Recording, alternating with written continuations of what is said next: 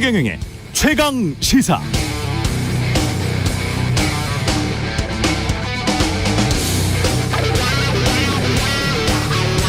네, 지난 1월 2일 윤석열 대통령은 조선일보와의 인터뷰에서 북한 핵미사일에 대응하기 위해 한미가 미국의 핵전력을 공동기획, 공동연습 개념으로 운용하는 방안을 논의하고 있다, 이렇게 말했습니다.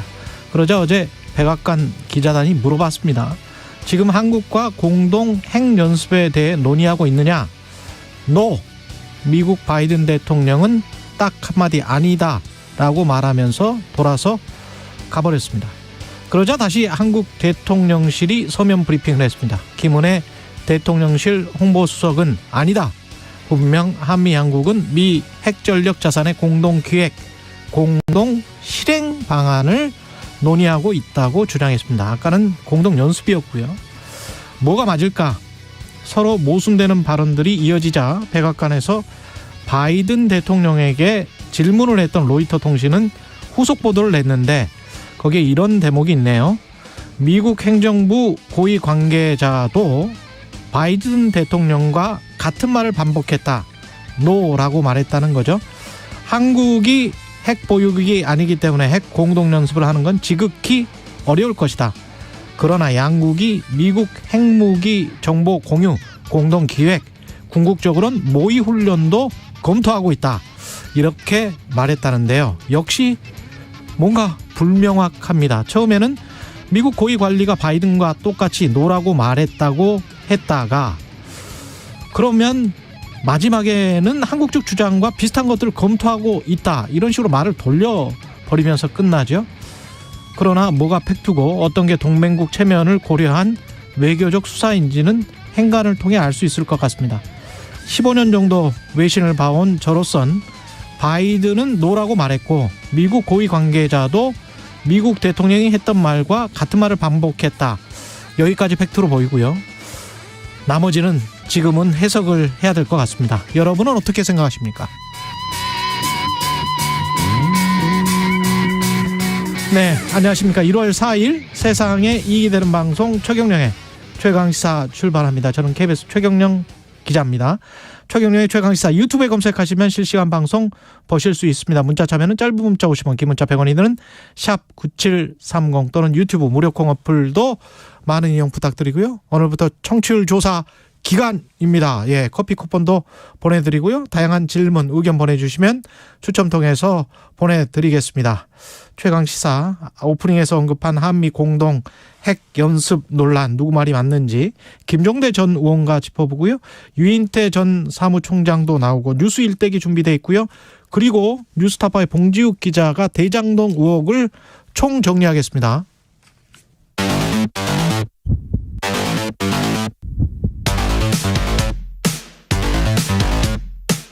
오늘 아침 가장 뜨거운 뉴스 언박싱. 자, 뉴스 언박싱 시작합니다. 민동기 기자, 김민하 평론가 나와 있습니다. 안녕하십니까? 안녕하십니까? 예, 국토부 업무 계획을 했는데 사실은 환경부도 같이 했는데 국토부만 뉴스에 나오네요. 환경부도 나오긴 했는데 예. 뭐 기후 변화라든가 이런 부분에 대한 부분은 오히려 좀 미흡했고, 그렇죠. 뭐 수출이라든가 너무 산업적으로 접근한 것 아니냐 이런 지적이 일부 보도 있긴 했습니다만, 보도의 중점적인 거는 다 국토부입니다. 다 지금. 국토부가 일단 주목을 받고 있습니다. 어제 업무 계획을 보고를 했는데요. 문재인 정부 때 도입된 대출, 세금, 분양과 같은 규제를 대거 완화하는 그런 방안이 담겼습니다. 몇 가지만 소개를 해드리면, 서울 등 수도권 아파트 분양받았을 때 최장 5년간 거주해야 됐지 않습니까? 예. 근데 이 의무를 폐지하는 방안이 추진이 됩니다. 그리고 현재 분양가 12억까지만 가능한 중도금 대출을 분양가와 관계없이 받을 수 있게 되고요. 분양 아파트 전매 제한 기간도 대폭 줄어들게 됩니다. 민간 택지 분양가 상한제 적용 지역과 규제 지역은 서울 강남 3구와 용산구 등 이 4개구만 남겨놓고 전면 해제가 되고요. 그리고 지자체의 그린벨트 해제 권한을 기존에는 30만 제곱미터에서 100만 제곱미터로 확대를 하게 되는데, 비수도권 그린벨트 규제를 완화를 하고 반도체 원전과 같이 국가 전략 사업을 위해서 비수도권 지자체가 그린벨트를 해제할 경우에 총량 규제에서도 제외를 하기로 했는데요. 뭐 이렇게 국토부가 업무 계획을 한 것은 뭐 미분양도 증가되고 있고 건설 경기도 악화가 되고 있고 그래서 규제 완화 폭탄이라는 초강수를 둔 것으로 일단 보이긴 하는데 여전히 우려의 목소리도 한편에서는 나오고 있습니다. 금리가 높고 경기 침체 우려도 계속되고 있기 때문에 아마 당장 효과를 내기는 쉽지 않을 것이다 이런 전망도 있고요. 또 하나는 오히려 지금은 세입자와 같이 약자 보호 대책이 더 필요한데 정부가 너무 다주택자라든가 부동산 부유층을 위한 대책만 내놓고 있는 것 아니냐 이런 지적도 나오고 있습니다. 그러네요. 좀 거칠지 않나 싶어요. 그러니까 오늘 뭐 이 신문을 쭉 보면은 그런 우려들을 많이 얘기를 합니다. 일단은 뭐 자칫 투기 세력을 부동산 시장으로 불러들이는 부작용이 우려된다. 또 남은 규제까지 한꺼번에 풀다 보면 자칫 나중에 뒷감당을 하기 어렵다. 이런 표현들이 나오는데 근데 저는 이제 언론이 좀 상수적으로 이제 접근하는 방식인 것 같고. 맞습니다. 네. 예. 이런 얘기를 할 수 있겠지만 뭐 이게 핵심이라기보다는 당장 일어나지 않아요. 그렇습니다. 그렇죠. 예. 여러 가지 규제 하나 폭탄을 막 던졌는데 지금 말씀하신 것처럼 지금 이제 핵심적인 어떤 거래 절벽이나 이런 것들은 금리 문제에서 오는 것이기 때문에 이게 이제 효과가 기대한 만큼 미치지 못할 수 있다. 그러니까 지금 경착륙을 막아야 된다고 얘기를 하지만 그 경착륙의 문제를 뭐 가격을 일부 떠받치는 효과 이상의 것을 기대하기 어렵지 않냐 이런 반응이 나온단 말입니다. 그런데 이게 예를 들면은 뭐 영원히 지속될 상황은 아닌 거잖아요. 물론 장기화 될 거지만 어제도 이제 말씀드렸듯이 장기화 될 수 있지만은 영원히 계속되지는 않는다라는 전제하에 어느 순간에 어쨌든 다시 뭐 부동산 시장에 뭐 온기가 돌아온다거나 하는 일이 있을 수도 있는데 그럴 경우에는 이렇게 규제 완화된 것에 이것에 대한 부작용이나 이런 것들이 그때 가서는 이제 일어날 수도 있는 것이고 보통 이제 부동산 정책이라는 게 이렇게 규제 완화나 이런 것들을 한다든지 여러 가지 대책을 시행하면은 당장 효과가 나타나는 건 아니지 않습니까? 그때 발생할 수 있는 부작용이나 이런 것들에 대해서도 생각을 좀 해야 되는 거 아니냐. 그러니까 이게 쏟아 부은 규제 완화에 대한 어떤 그런 노력에 대비 거둘 수 있는 효과는 적고 나중에 일어날 부작용이라든가 이런 것들에 대한 우려 그리고 지금 여러 가지 논란을 키우는 거 이런 것들은 우려가 되기 때문에 좀 거친 접근이 아니냐 이런 좀 걱정이 생기는 건 또 사실입니다. 저는 기본적으로 뭐 금리나 시장 전반의 수요 측면에서 봤을 때 지금 현재 경제 심리를 봤을 때는 뭐 오를 것 같으면 사람들이 막 달려들잖아요. 그렇죠. 그런데 이제 내릴 것 같으면 아무래도 또 주저주저 하거든요. 금리도 높고 아까 민동기 기자 말씀하셨지만 경제 전반적으로 침체할 것 같으니까 아무래도 달려드는 사람들이 적다 보면 그런 투기적 가수요뿐만이 아니고 실수요도 좀 줄어들 수 있을 것 같고 그런 측면에서 이게 이 정책이 얼마나 효과를 발휘할 수 있을지는 시장의 관점에서도 조금 미지수기는 합니다. 그러나 요거 한 가지만 딱 짚고 넘어갈게요. 문재인 정부 때도 그랬고 이명박 정부 때도 그렇고 박근혜 정부 때도 다 마찬가지인데요. 우리 언론이 그 금리를 비롯한 정부 부동산 정책, 금리 정책 이거는 정부의 정책이 아니고 중앙은행의 정책이죠. 각종 그 세계 경제 현안이랄지 이런 복합적인 요인들 있지 않습니까? 자가 보유율까지 합해해서 네. 이런 거를 가지고 다각적으로 분석을 하는 태도를 가졌었으면 좋았는데 그런 이야기는 전혀 안 하고 공급이 부족해서 집값이 오른다는 식으로 지난 5년 동안 맹렬히 이야기를 하다가 지금은 투기적 가수요나 이런 것들이 다 사라져버리니까 공급은 똑같잖아요. 그렇잖아요. 그렇죠. 오히려 늘리면 늘렸지 뭐 줄어드는 것도 없고 뭐 지난 5년도 마찬가지였습니다. 그리고 사실 통계적으로도 박근혜 정부 때보다 문재인 정부 때가 분양 승인한 게 훨씬 더 많고 완공된 것도 더 많아요. 서울 수도권 같은 경우에. 근데 그런 것들은 다 그냥 무시해버리고 전체적인 경제 여건이나 이런 건 다 무시해버리고 그때는 또 아주 그냥 아비규환으로 달려들었거든요. 공급이 부족해서 이런 것이다. 그게 이런 어떤 그 단세포적인 접근을 정치적으로 활용하면서 이용하는 그런 방식 이거는 제발 좀 이제 그만했으면 좋겠어요. 국민의힘도 이제 집권을 해서 이제 좀 알았을 테니까 시장에서 어쩔 수 없는 측면이 충분히 있고 정부가 이럴 수밖에 없는 거는 저는 이해를 합니다.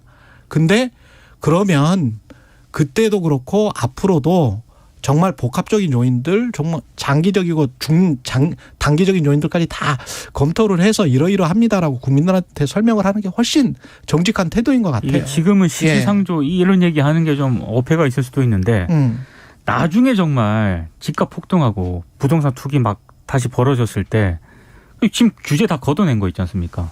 이거 나중에 어떡할까? 돌리겠죠. 예, 이게 독이 될 수도 있거든요, 또. 그러니까 저도 두 분 말씀에 공감을 하면서 드는 생각이 그러니까 항상 뭐 말씀드립니다만 그러니까 맨날 똑같은 거 할 거냐는 거예요. 이게 결론적으로 얘기하면은 지금 공급 만능론에 대해 이 맹점에 대해서 말씀하셨는데, 그러니까 지난 정권에서 그걸 엄청나게 이제 많이들 얘기를 했는데 예. 지금 지방의 미분양 얘기한단 말입니다. 그렇죠. 이 언론 기사나 이런 걸 보면은. 그렇죠. 그리고 이제 심지어는 이제 수도권에도 상당히 좀 이 찬물이 확 끼얹어지는 그런 사태가 이제 계속해서 이어질 것이다라고 이 전망하는 부동산 전문가도 있는데, 아무튼 그런 상황이 되면은 지금 또 이렇게 규제 완화나 이런 걸 해가지고 막 떠받쳐 된다고 하고, 그게 나중에 또 어떤 이 부동산 상승이나 이런 것에 어떤 단초가 됐을 때는 그때 가서는 또 공급이 모자라다고 막 하고. 그렇죠. 그러니까 이게 하나의 사이클처럼 계속 네. 이게 왔다 갔다 하는데, 그렇게 해서 결국 그런 어떤 실효적이지 않은 정책의 연속에서 피해를 보는 사람은 그럼 누굽니까 이게. 결국은 세입자. 1차적으로 세입자들이 그렇죠. 이런 그렇죠. 불안정한 상황 속에서 피해를 보고, 두 번째는 소위 말하는 언론이 얘기하는 실수요자들의 어떤 피해, 이런 것들이 있는 거잖아요. 그러면 앞으로도 우리가 계속 부동산 정책에 대해서는 그 시기마다 그 시류에 따라서 어느 날은 규제 완화가 필요하다 그러고 어느 날은 뭐 또 공급이 필요하다 그러고 뭐 이렇게만 할 거냐, 그게 아니라 정말 우리가 약간 그래도 안정적으로 가져갈 수 있는 부동산에 대한 접근 방식이라든가 제도가 뭐냐, 이런 것들 언론이 짚어줬으면 좋겠고, 정치 태도가 바뀌어야 되는 게, 항상 자기들이 정권 잡으면 상대편이 했던 정책에 대해서는 그건 다 이념과 정치 때문에 부동산 정책이 망했다 이렇게 접근하거든요. 예. 윤석열 대통령도 국토부가 이 업무 보고 하는데 이렇게 말을 했어요. 최근 금리 상승으로 부동산 시장 경착륙 위험성이 높은데, 기존에는 부동산 문제를 정치와 이념의 문제로 인식을 했지만 그렇게 되면 결국 국민이 힘들고 고통받지 않느냐라고 얘기를 했는데, 똑같은 평가를 받을 수가 있는 거예요. 지금 접근 방식도. 그렇죠. 그러니까 좀 이런 것보다는 좀 합의할 수 있는 안정적인 제도 구현을 한번 마련해 보는 그런 논의를 했으면 좋겠다는 생각입니다. 그것도 또 이점 이야기 나와서 한마디만 보탤게요. 지금 정부랑 가장 비슷하다고 하는 정부가 이명박 정부인데, 네. 이명박 정부 때 반값 아파트 했거든요. 있죠. 한 32만 호 그 공급 약속을 했다가 그래도 서울 쪽에 한 14만 원은 했을 거예요. 제 기억에. 상당히 공급을 많이 했습니다. 그렇죠. 그것도 그때 당시에 집값이 떨어지는데 영향을 끼쳤고 좋은 영향을 끼쳤죠. 대신에 부작용은 전세 대란이 일어났습니다. 그거 준비하느라고 사람들이 절대 전세 월세에서 절대 나가지는 않았어요. 예? 그러니까 이제 전세 가격이 급등하게 되는 그런 부작용이 있었거든요. 그러니까 경제 정책은 정말 다면적으로 보실 것을 요청드리고, 정부도 이런저런 이야기를 좀 많이 하셨으면 좋겠어요. 너무 한쪽으로만 이야기를 하고 전 정권에서는 이랬는데 우리는 이래요라고 말하는 거는 정말 너무 단세포전이 접근입니다. 예. 대통령 질책 4일 만에 반도체 세액 공제를 확대하기로 했습니다. 추경호 어제 부총리동 네. 기획재정부 장관이 이제 어제 설명회를 열었는데요. 반도체 등 국가전략기술 투자에 대한 세액 공제율을 대폭 상향을 해서 최대 25% 플러스 알파 세제 지원을 하겠다. 굉장히 높습니다. 일단 정부가 대기업이 국가전략기술로 지정된 산업의 제조시설에 투자할 때 적용하는 세액 공제율을 기존에는 8%였는데 이걸 15%로 높이기로 했고요. 이게 이제 퍼센테이지로 하면은 잘 안 와닿으니까 연간 10조 원 정도 투자를 하면, 지금은 법인세 8천억을 감면을 하지만 앞으로는 1조 5천억 깎아준다는 그런 얘기입니다. 그리고 이제 정부가 중견기업의 이 전략기술 시설 투자 세액 공제율도 현행 8%에서 대기업과 같은 15%로 일단 올리는 그런 법안, 그리고 중소기업 공제율도 16%에서 25%로 올리는 방안을 함께 담은 조세특례 제한법 개정안을 2월 임시국회에 제출할 예정인데요. 갑자기 바뀌었어요. 윤석열 대통령이 지시를 하니까 그동안 이제 기획재정부 같은 경우에는 한국의 반도체 세제 지원은 세계 최고 수준이다. 그래서 굉장히 부정적이었거든요. 예. 윤 대통령 한마디에 입장이 180도로 바뀌었습니다. 일단 더불어민주당의 동의가, 법 개정을 하려면 동의가 필요하기 때문에 이건 뭐 나중에 상황을 봐야겠지만, 일단 민주당 같은 경우에는 정부가 양해를 구하거나 사과를 하는 게 우선이다, 이런 입장입니다. 왜냐하면 민주당 같은 경우에는 세액공제 8%만 하더라도 기획재정부가 그 정도면 충분하다 이렇게 얘기를 해서 이제 결정된 사안인데, 갑자기 그 법안의 잉크가 마르기도 전에 하루아침에 이렇게 대통령 말 한마디에 바꿔도 되는 것이냐, 이런 지금 비판을 하고 있는 상황입니다. 이게 좀 어떤 상황인지 잘 모르겠어요. 그러니까 정말로 이제 반도체 등의 국가 전략 산업에 대한 세제 지원이 정말 강력하게 필요하다라는 판단이었으면은 애초에 이 정부 예산안 제출할 때 당연히 대통령과의 협의, 대통령실과의 그렇죠. 협의나 이게 다 거친 거 아닙니까? 예. 그때 반영이 되는 것이 맞고, 그때 이제 이 부수법안에서 처리가 됐어야 맞는 거죠.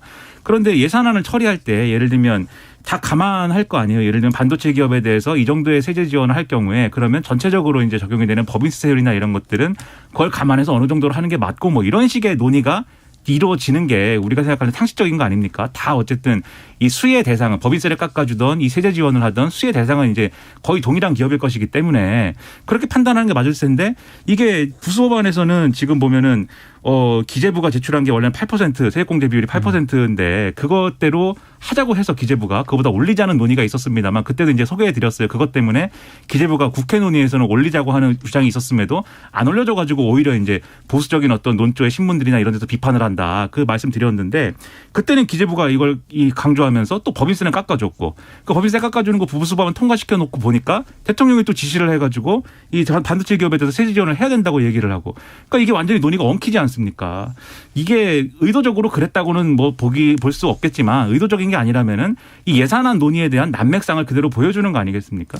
기재부는 굉장히 고민할 것 같습니다. 제가 보기에 지금 저 증권사 리서치들을 보면 삼성전자 같은 경우에 올해 영업이익이 한 40% 정도 줄어들 것 같다. 그래서 한 30조 정도 나올 것 같다. 뭐 이런 이야기를 하고 있거든요. 네. 영업이익이 줄어드는데 또 세액공제나 법인세 인하를 해주겠다는 거 아니에요? 그러면 법인세, 부가세, 소득세가 우리나라의 3대 세수예요. 그렇죠. 그런데 그중에서 가장 중요하다고 할 수 있는 법인세를 다 지금 내려줬고 거기다가 영업이익은 줄어드는 형국이고 그것도 뭐 삼성전자가 40% 줄어들면 물론 이제 반도체 업황이 지금 안 좋기 때문에 그렇기도 합니다만은 다른 기업들은 어떨까 이렇게 생각을 해보면 또 반도체 세액공제 해주면 그러면 우리는 뭘 먹고 그 세출을 하지 예산을 집행하지 복지 예산이랄지 다른 것들은 꼭 필요 불가결한 그런 예산들이 있을 텐데 나중에 추가 경정 예산을 할 수밖에 없지 않을까 그런 생각도 들고요. 너무 정부 세수를 고려하지 않고 좀 걱정이 되네. 기재부 관리들은 굉장히 걱정할 것 같아요. 그때도 이 국회 논의할 때도 기재부가 내놓았던 논리가 그거였거든요. 세수가 너무 부족하다. 그렇죠. 부족할 이것이 것 불가능하다라고 같아요. 했는데 이렇게 된 게 왜인지가 의문이에요. 그러니까 2023년, 2024년 어떻게 될지 모르겠습니다. 이거 조금 걱정이 되네요. 그리고 바이든 제가 오프닝에서 이야기했는데 이게 뭐가 맞는지 모르겠는데 이따가 김종대 전 의원이랑 인터뷰를 해볼 텐데 간략하게 소개를 좀 해주시죠. 네. 일단 뭐 앞에서 오프닝에서 다 설명을 했고요. 다만 이제 용어가 좀 정확하지 못한 측면 이것 때문에 그것도 있어요. 해프닝이 발생을 했다라고 하는 게 일부 언론들이 지금 지적을 하고 있습니다. 예. 특히 용어가 다르지 않습니까? 조인트 엑서사이즈하고 그렇죠? 다르죠. 지금 모의 훈련하고는 다르잖아요. 공동 실행, 뭐 공동 연습, 조인트 엑세큐션 이것도 있었고요. 그렇습니다. 공동 실행, 그래서 공동 오히려 연습. 언론들이 지적하고 있는 그런 문제는 지금 북한의 고도화하는 핵능력에 대한 실효적인 대응 방안을 정교하게 마련을 해야 되는데 대통령이 일부 언론과 인터뷰를 하면서 이런 발언을 한 것 자체 그래서 이것으로 인해서 혼란과 불안이 좀 가중되고 있는 것 이 자체가 좀 온당하지 못한 처사다 이렇게 비판을 하고 지적을 있습니다. 한마디로 짧게 요약을 해드리면 그러니까 이게 확장 억제를 강화하자는 게 한미 간의 공동적인 어떤 결정인 건 맞다. 그런데 그것이 미국의 핵무기를 사용할 권한이나 이런 것들을 나누는 개념은 아니다. 그런데 윤석열 대통령은 조선일보 인터뷰에서 실질적인 핵 공유에 거의 뭐 그런 효과를 실효적인 효과를 거둘 수 있는 방안이 될 것이다라고 평을 해서 이것이 좀 혼란의 단초가 됐다. 그러면 윤석열 대통령은 왜 이런 발언을 했느냐? 지금 북한에 대해서 뭔가 강한 모습을 보여주는 것으로 국민들에게 뭔가 메시지를 전달하려고 한 것일 텐데 이 섣불리 설익은 것을 이렇게 내놓아서 오히려 우리가 손해를 볼 수도 있는 상황이 있기 때문에 조심해야 된다. 이런 지적이 언론에서 나오고 있다는 겁니다. 설사 하고 있다고 하더라도 미국이 움츠러드는 효과가 있을 것 같아요. 그렇죠. 잘못하면. 네. 예. 뉴스 언박싱 민동기 기자 김민하 평론가였습니다. 고맙습니다. 고맙습니다. KBS 1라디오 최경영의 최강시사 듣고 계신 지금 시각 7시 39분입니다. 출근길 날씨 정보입니다. 오늘 아침도 춥습니다. 지금 서울의 기온이 영하 4도, 대전 영하 4.7도, 부산 영하 1.9도 등으로 어제와 비슷하거나 조금 높은 기온을 보이고 있습니다. 낮 기온은 서울 2도, 대구 6도, 광주 7도 등으로 중부지방도 영상권을 회복하겠는데요. 그래도 내일 아침까지는 평년 기온을 밑도는 한파가 이어지겠고 내일 낮부터 추위가 풀리겠습니다. 오늘 전국에 가끔 구름이 많이 끼겠고 아침까지 충남 서해안과 전북 서해안에는 눈이 날리는 곳이 있겠습니다. 대기가 무척 건조한데요. 현재 서울과 강원도, 경상도에는 건조특보가 발효 중이고 특히 동해안과 강원 산지에는 바람까지 강하게 불고 있으니까요. 불조심하시기 바랍니다. 현재 서울의 기온은 영하 4도입니다. 날씨 정보 송소진입니다. 이어서 이 시각 교통 상황을 KBS 교통정보센터 이현 씨가 전해드립니다. 네, 제2경인고속도로 석수와 산막 구간 통행이 재개됐습니다. 출근길 혼잡이 어제보다 덜한 상황인데요. 다만 아직도 화재 사고 수습은 계속되고 있습니다. 산막에서 북의왕 나들목 사이 전면 통제 계속 이어지고 있으니까요. 이 구간 지나실 때는 우회도로 이용하셔야겠습니다.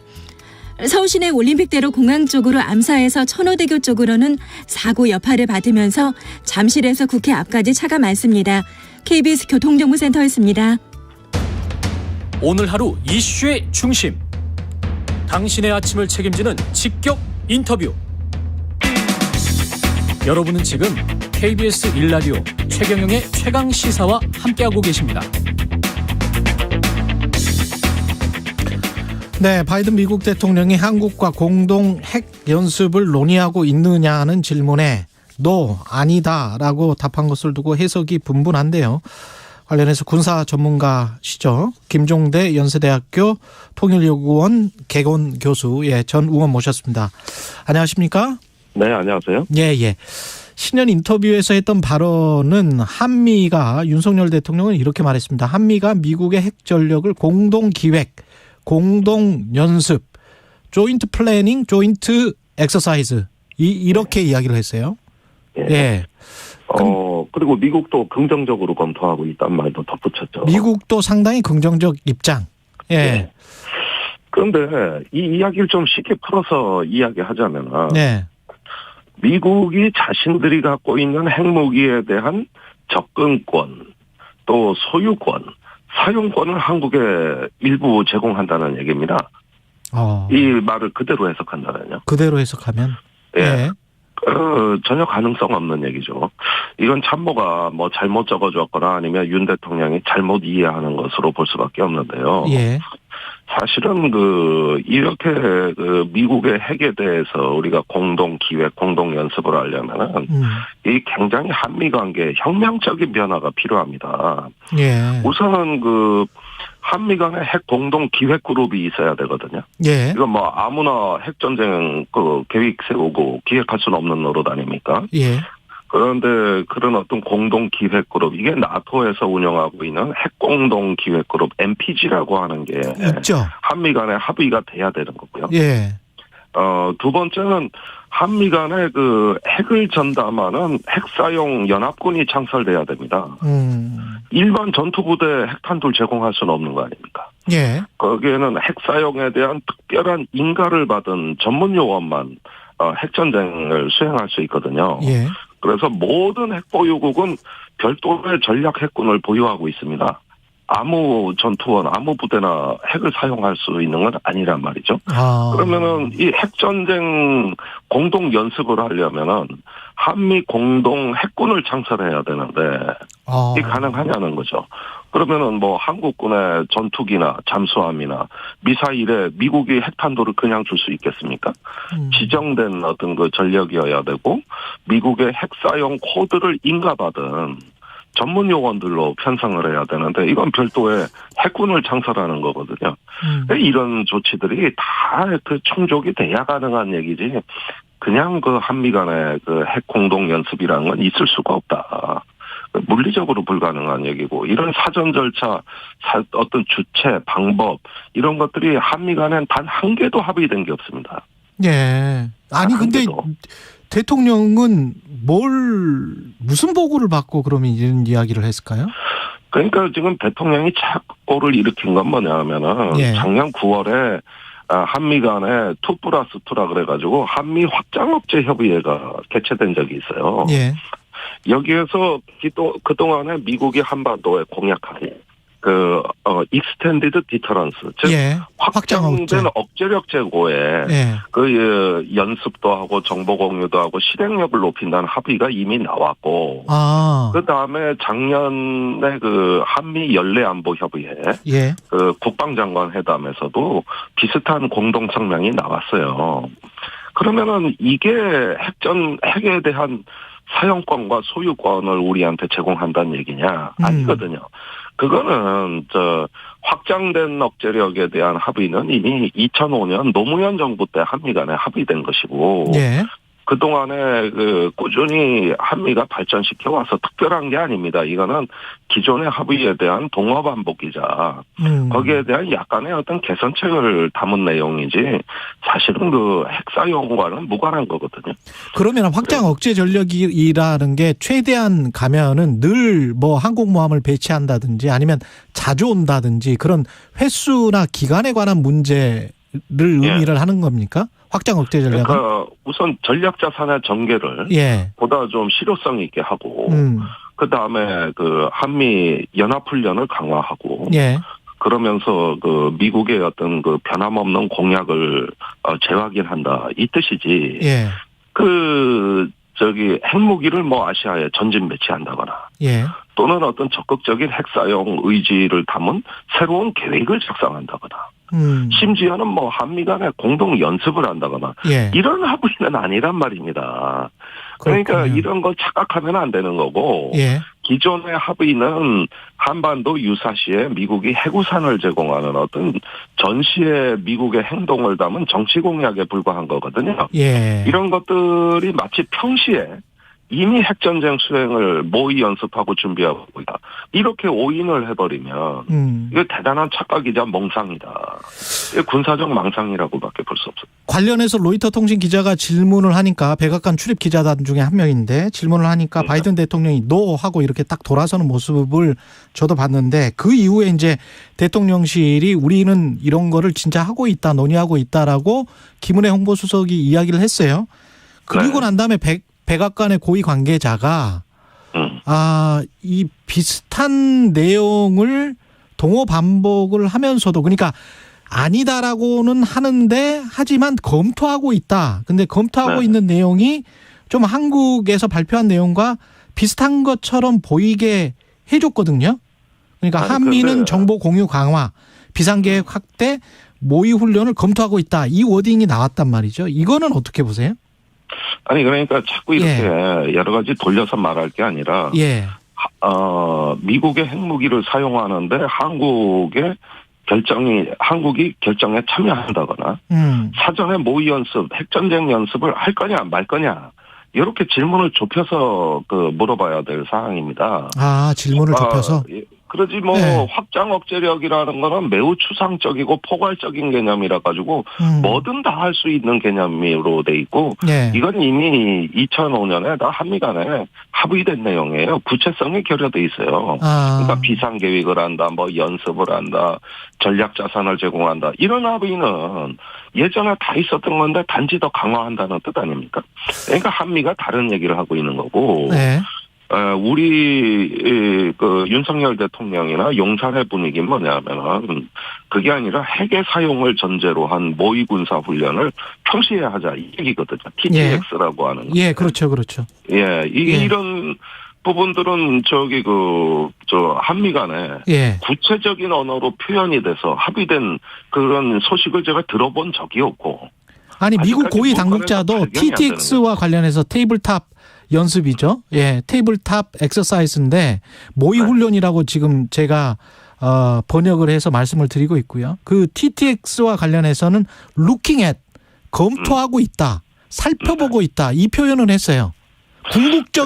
궁극적으로는 이라는 말이 들어가기는 했습니다. 그 앞에 이런 것들이 정보 교육 공유나 이런 것들에 관해서도 looking at 하고 있고 이것도 궁극적으로는 looking at 하고 있다.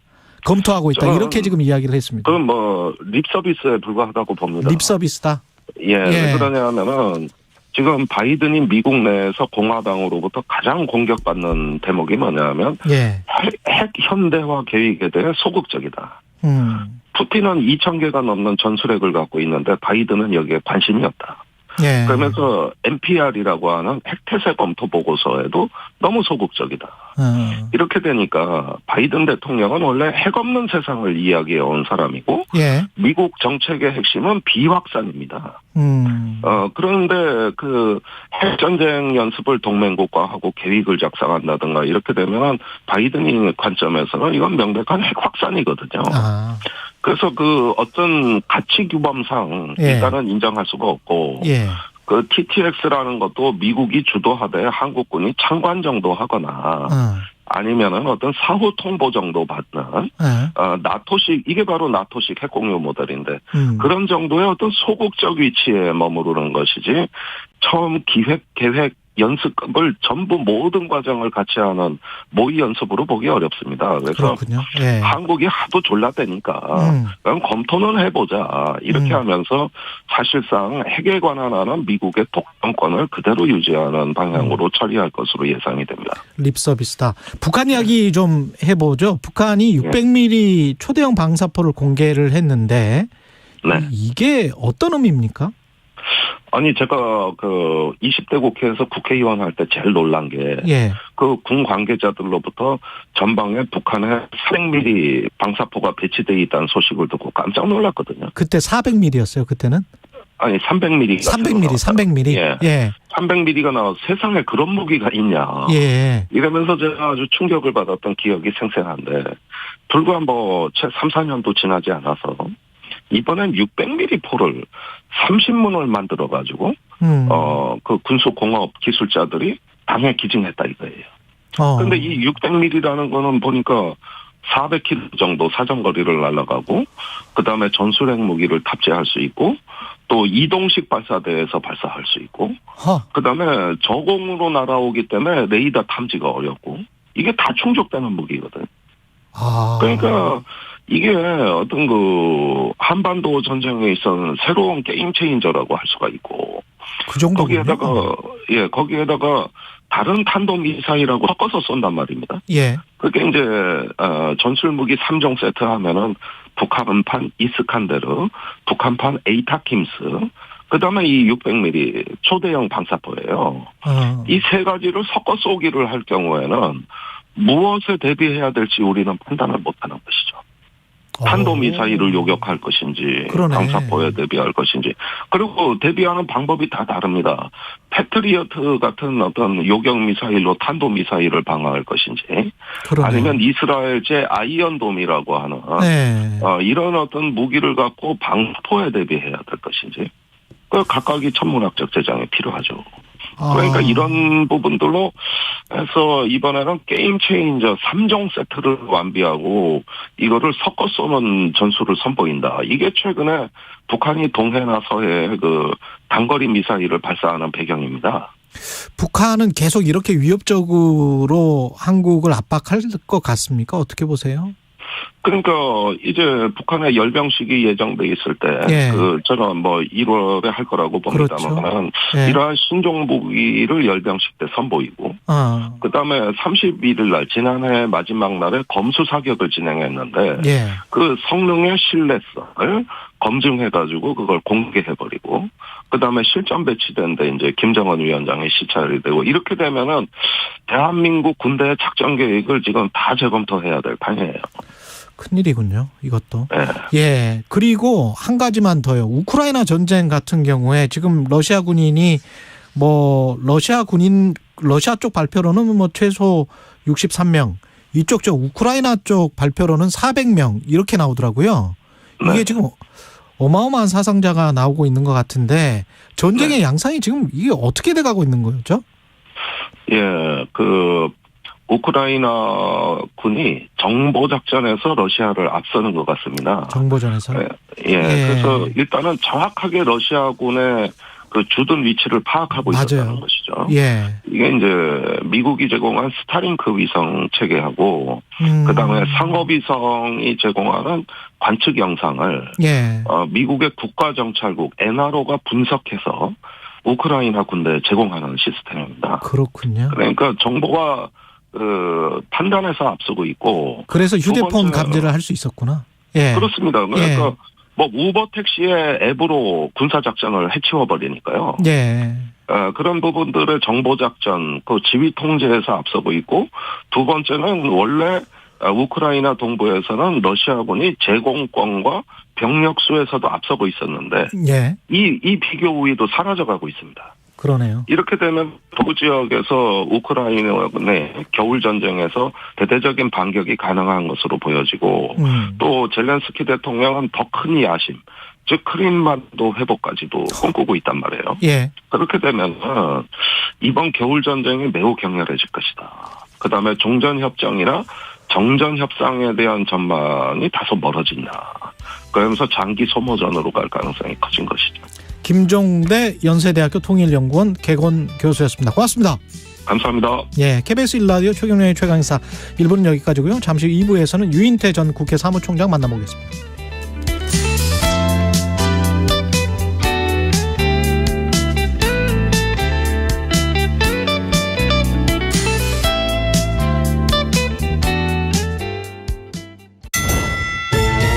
우크라이나에서 들어갔지. 나도 들어갔지. 꼼꼼히 적었어. 경력 속에 원하는 업무. 나도 꼼꼼히 올렸어. 연봉 적어냈고 월급 제시했지.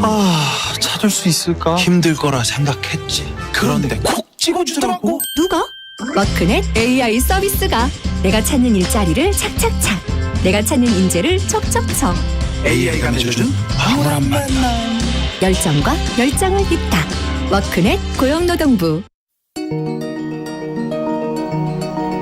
전쟁 초기에는 매일 큰 뒷보 때리는 우크라이나 군들이 대부분 이제 두려움 그리고 공포에 가득 찬 눈빛이었던 것 같아요. 2023 KBS 연중기획 기억을 기록하라. 피난 오는 중에도 폭탄이 떨어져요. 그리고 키이우가 직접 폭격을 당하면서 실은 그 외에도 이런 소도시들에는 굉장히 폭격이 자주 일어나고 있거든요. 실제적으로 민간인들이 정말 많이 죽었다는 게 이 전쟁의 참 참혹한 현실인 것 같아요. 가장 힘든 게 가족과 이별을 한 게 아니라 그 가족이나 또는 친척 또 가까운 이웃 그분들의 죽음을 눈앞에서 보고 나온 분들이 있었어요. 실명은 아니지만 나타샤라는 친구가 있었는데 그 친구 얘기를 들어보니까 피난을 오는 도중에 폭탄이 터져서 아버지를 눈앞에서 잃을 수밖에 없었고, 그럼에도 본인은 이제 피난을 가야 되니까 엄마 손에 이끌려서 계속 피난을 그냥 쭉 아버지를 그대로 두고 아무것도 하지 못한 채 계속 넘어온 친구를 만났었거든요. 그래서 그런 사람들에게는 제가 어떻게 위로를 해야 될지 모르겠더라고요. 자기 눈앞에서 가족을 잃은 사람들, 그 사람들의 이야기를 듣는 게 가장 안타까웠던 것 같습니다. 언제까지 이게 지속될까? 또 이게 과연 우크라이나에만의 문제인가? 이런 비슷한 상황들이 아시아에서나 또 우리나라에서 여전히 일어날 수 있지 않을까, 이런 것을 할 때 그런 것들이 약간 심리적인 위협이 됩니다. 우크라이나 전쟁 발발 후 접경지역 폴란드에서 긴급 구호를 진행한 기아 대책 한두리 과장은 기억합니다. 우크라이나 국경을 넘은 피난민이 780만 명을 넘었습니다. 시도 때도 없이 쏟아지는 폭격은 소중한 생명을 무차별 공격합니다. 멈추지 않는 죽음의 공포, 참혹한 전쟁이 사라져야 할 이유입니다. 당신과 대한민국의 기억, KBS가 기록합니다.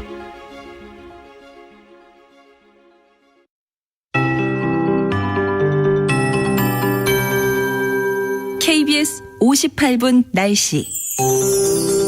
어제 출근길보다 추위가 조금 덜한 곳도 있지만 여전히 중부지방과 경북 내륙에는 한파특보가 발효 중이고요. 지금 철원의 기온이 영하 17.4도, 서울 영하 4.3도, 부산 영하 1.9도 등을 보이며 평년 기온을 1도에서 4도 정도 밑돌고 있습니다.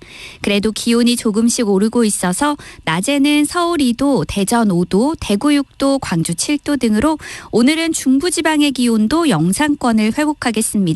내일 낮부터 추위가 풀리겠고요. 이후 당분간 평년 기온과 비슷하거나 조금 더 높아서 큰 추위는 없을 전망입니다. 오늘 수도권 등 서쪽 지역은 구름이 가끔 많이 끼겠고 아침까지 충남 서해안과 전북 서해안에는 눈이 날리는 곳이 있겠습니다. 강원도와 경상도 등 동쪽 지역은 대체로 맑겠습니다. 대기는 점점 더 건조해지고 있는데요. 현재 서울과 강원도, 경상남북도에는 건조특보가 발효 중이고 특히 동해안과 강원 산지에는 바람까지 강하게 불고 있으니까요. 불씨 관리에 더욱 신경을 쓰시기 바랍니다. 내일은 전국이 대체로 맑겠지만 공기가 탁하겠고요. 금요일 오후부터 토요일 오전 사이에는 전국에 비나 눈 소식이 있습니다. 현재 서울의 기온은 영하 4.3도입니다. 송소진입니다.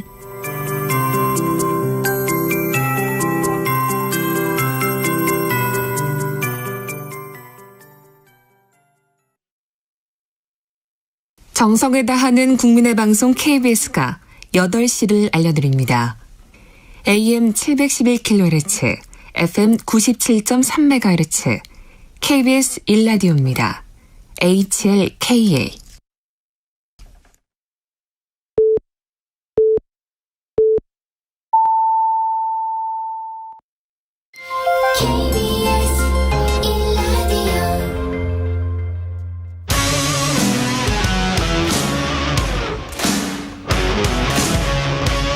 오늘 하루 이슈의 중심 최경영의 최강 시사.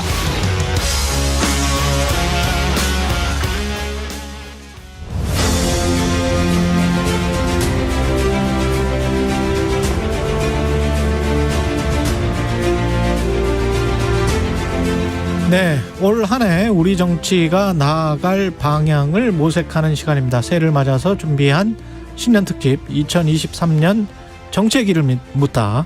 오늘은 유인태 전 국회 사무총장 모셨습니다. 안녕하세요, 총장님. 예, 안녕하세요. 예, 새해 복 많이 받으십시오. 예, 복 많이 예, 잘 지내셨죠? 예. 예. 한 해를 전망을 하려면 지난해 2022년을 좀 돌아봐야 될 것 같은데 윤석열 정부가 탄생을 한 게 2022년입니다. 몇 점 주시겠습니까? 그 뭐 점수가 있나요? 100점 만점에. 예.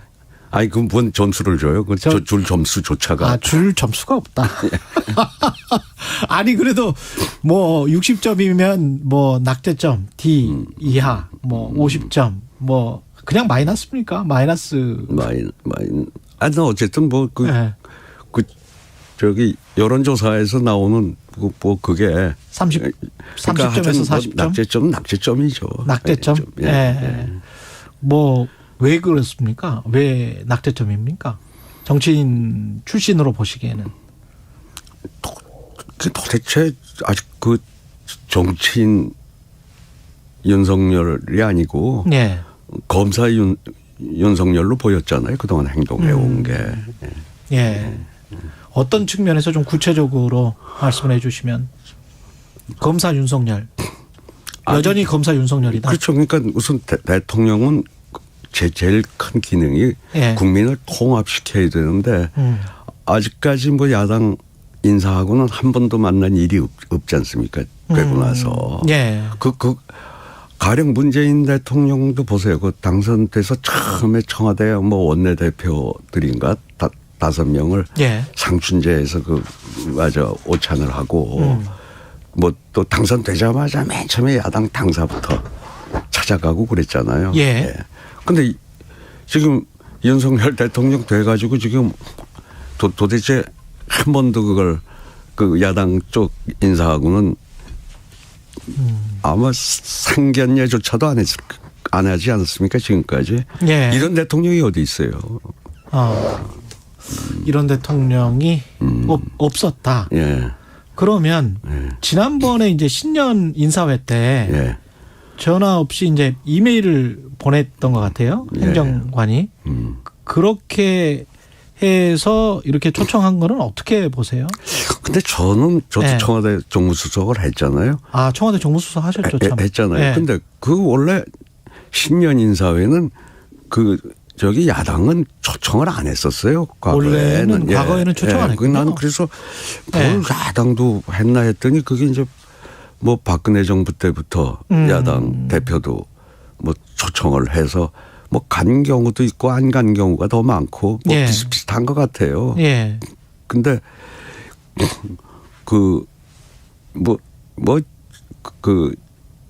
그때부터 생긴 건데 안 간 경우도 많고 그런 정도로 했다 그러면 이 야당 뭐 대표가 별로 내키지 않았을 겁니다. 그 정도로 이메일로 그냥 그렇게 줬다면 내키지 않았을 것이다.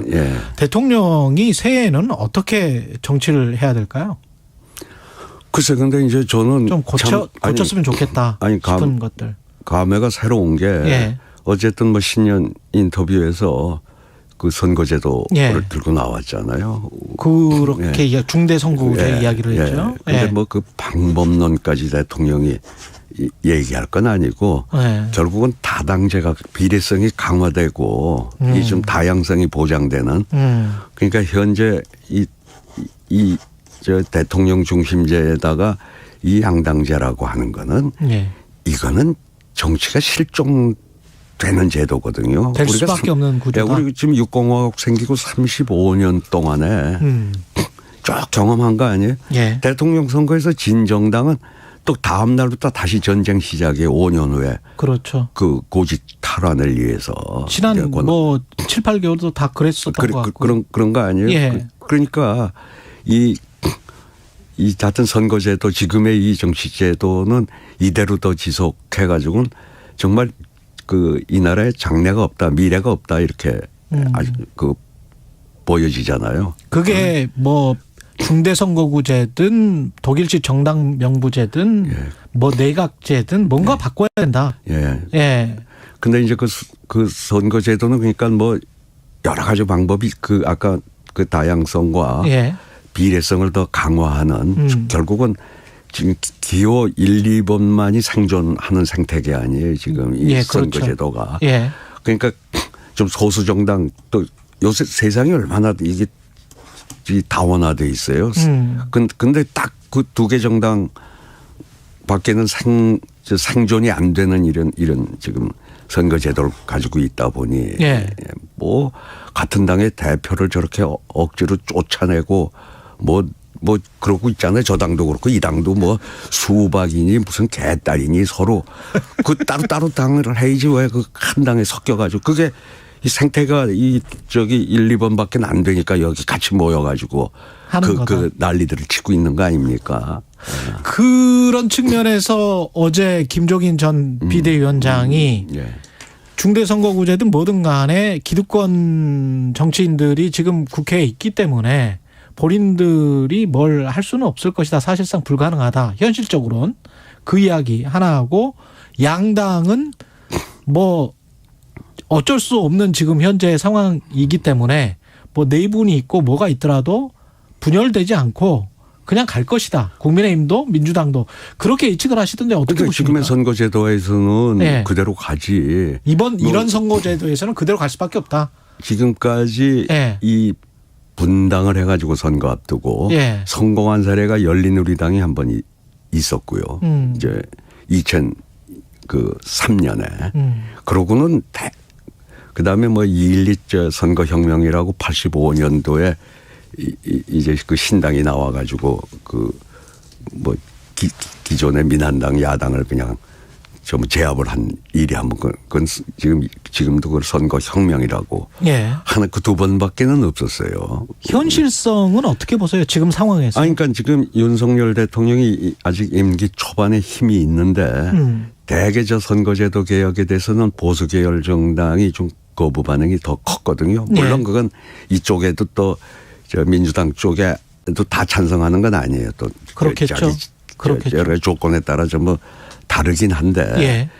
근데 어쨌든 저랬고 민주당 입장에서는 우선 이재명 후보 시절에 대표가 아니고 대통령 후보 시절에 저 정치 교체를 하겠다고 해서 의원총회에서 저 결의까지 했고. 아, 그랬네. 예. 그리고 또 지난 전당대회 때 그 결의를 또 했어요. 이 정치 교체를 하겠다고 하는. 그 정치 교체가 결국 정계특위 아닌. 그러니까 정치 교체가 선거제도 바꾸는 선거제도 바꾸는 거죠. 정치 개혁인 거죠. 정치 개혁이란 권력 구조 바꾸는 거. 그러니까 민주당은 물론 안에 이해관계가 의원들이 다 다르겠죠. 예, 다르겠지만은 일단 민주당에서 명분상 저거 반대를 못 한단 말이죠.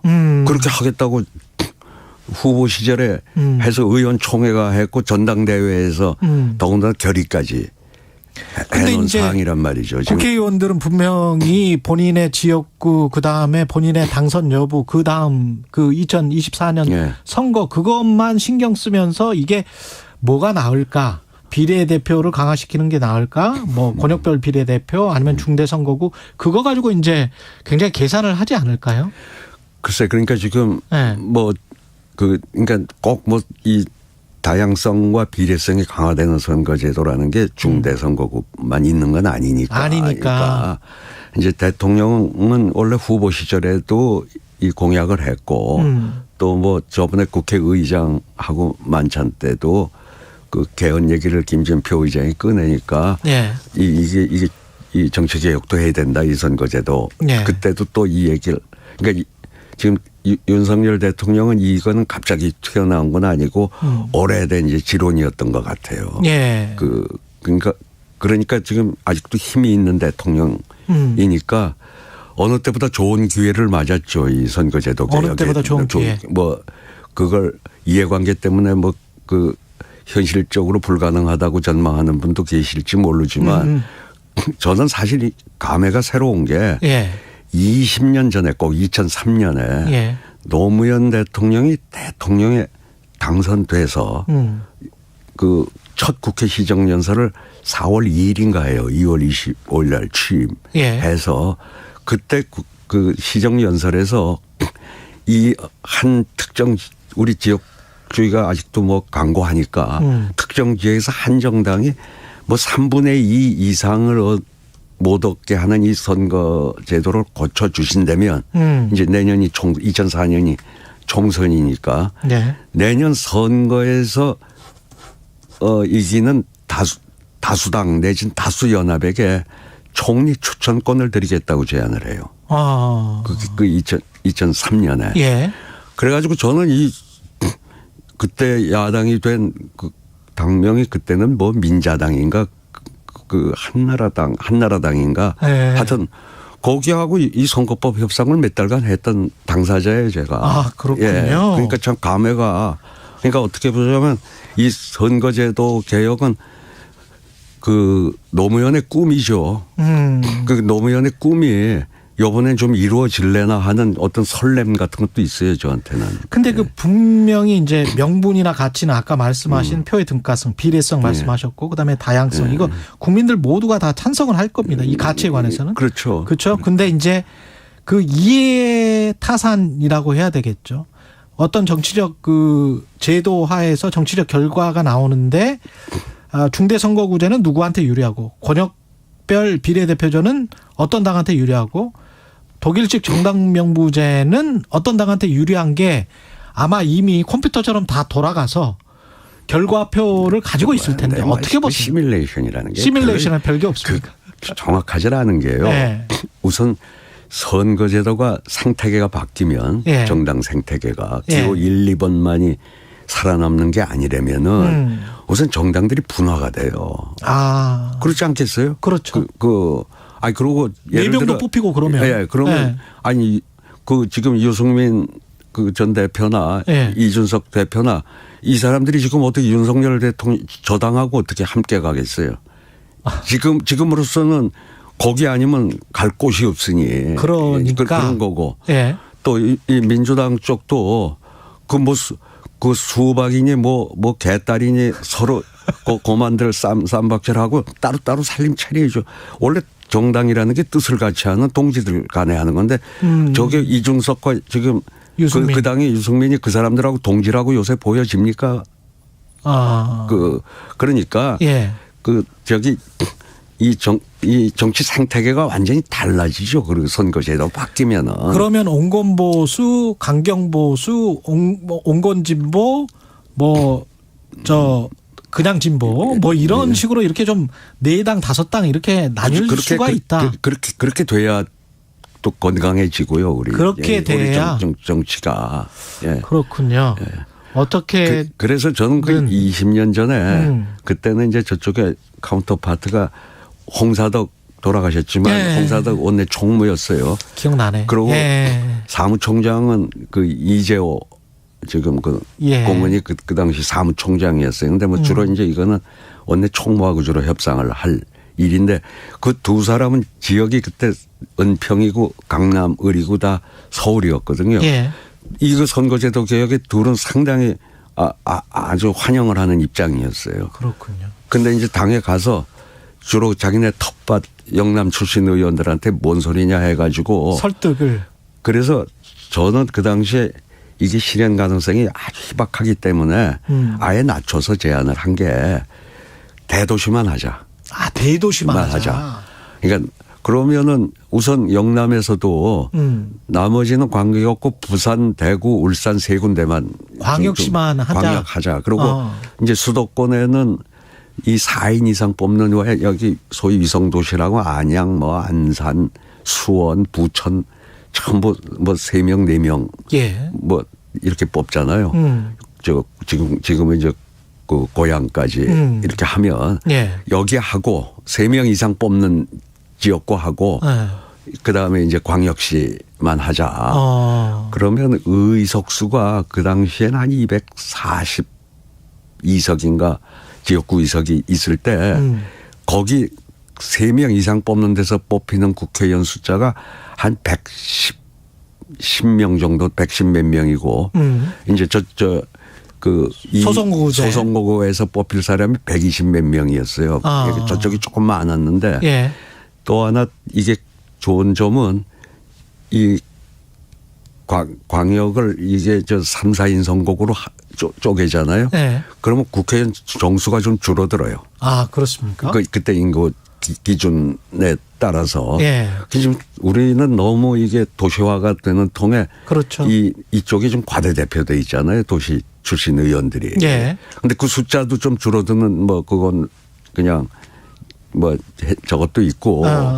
그래서 그랬더니 이제 그렇게 그 상대방인 그 서울 지역 의원들은 다 찬성을 하고 뭐 다른 또 취약 지역은 더 말할 것도 없죠. 그 당으로서. 예. 근데 뭐 영남 지역의 기득권의 벽에 부딪혀서 그리고 자기들은 임기가 앞으로 5년이나 남은 대통령이 총리 추천권이라고 하는 또 큰 선물을 준 거 아니에요? 그 정도를 내놔야 된다. 집권 여당에서. 만약에 선거구제 개혁을 하려면.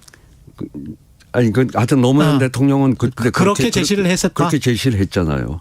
알겠습니다. 중대선거구제 이야기는 좀 논의가 진정되면 다시 한번 모셔서 이야기를 하도록 하고 대통령도 대통령 다음이라는 거를 고민하고 있다. 이런 이야기를 했더라고요. 아까 지금 검사 같은 대통령이다 여전히. 뭐 하도 그런 지적을 받으니까 뭐 이번 인터뷰에서 그런 말씀을 하셨더라고요. 2023년에는 대통령다운 대통령이 될 것 같습니까?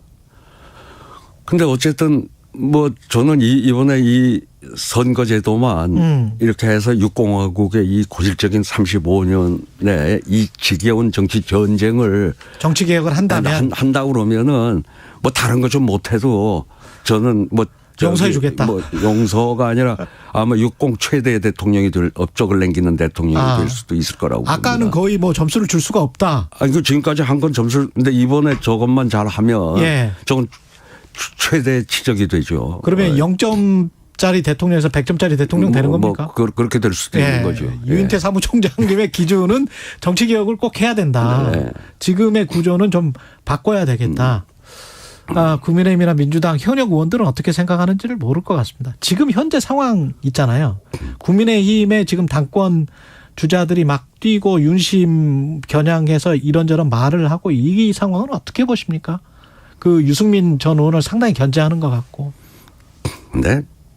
솔직히 말해 저는 별 관심이 없어요. 관심이 없다. 누가 되나. 누가 되나 마찬가지일 것이다. 누가 되나 뭐 전부 그러고 뭐 당 대표를 하고 1년 후에 내년에 총선인데 뭐 저래가지고 그 어디 내년 총선에 그 표가 되겠어요? 지금 좀 표될 사람이 보이질 않아요. 지금 그쪽에서 나오겠다고 하는 사람들 중에. 민주당은 어떻습니까? 민주당은 이재명 대표 체제로 총선을 치를 수 있습니까? 그건 두고 봐야죠. 이제 뭐 결국 지금 사법 리스크가 어떻게 전개가 되는지. 전개되는 걸 좀 봐야죠. 민주당 의원들도 다들 지금 뭐 저렇게 보고 있는 거죠. 시나리오를 생각하지 않을까요? 뭐 불구속 기소되는 상황, 기소되는 그냥 구속 기소되는 상황 또는 뭐 다른. 근데 그 지금 이제 측근 뭐 아주 측근이라고 하던 사람들이 김용 정진상 구속이 돼 있잖아요. 근데 저것도 본인들이 지금 부인하고 있는데 그 우선 측근들이 확실히 어떤 비리가 된다고 치더라도 비록 그 이재명 대표는 뭐 결백하더라도 예.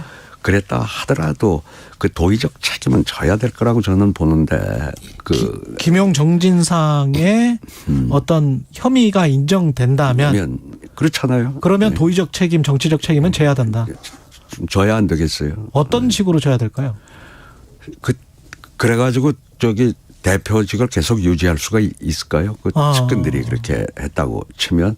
근데 문제는 지금 뭐 허위 사실이니 뭐 김문기 씨를 알았네 몰랐네 하는 허위사실 공표 혐의 뭐 기소된 거. 예. 뭐 성남 FC 가지고 저기 이재명 대표의 정치 생명을 하려고 하는 거는 국민들이 그렇게 잘 쉽게 수긍은 좀 잘 안 할 거라고 보여져요. 그러니까 사안별로 성남 FC랄지 뭐 허위사실 공표 혐의랄지 이런 거는 정말 좀 작은 사건이고 결국 대장동이나 뭐 변호사비 대납이랄지 그런 데서 예. 무슨 결정적인 거.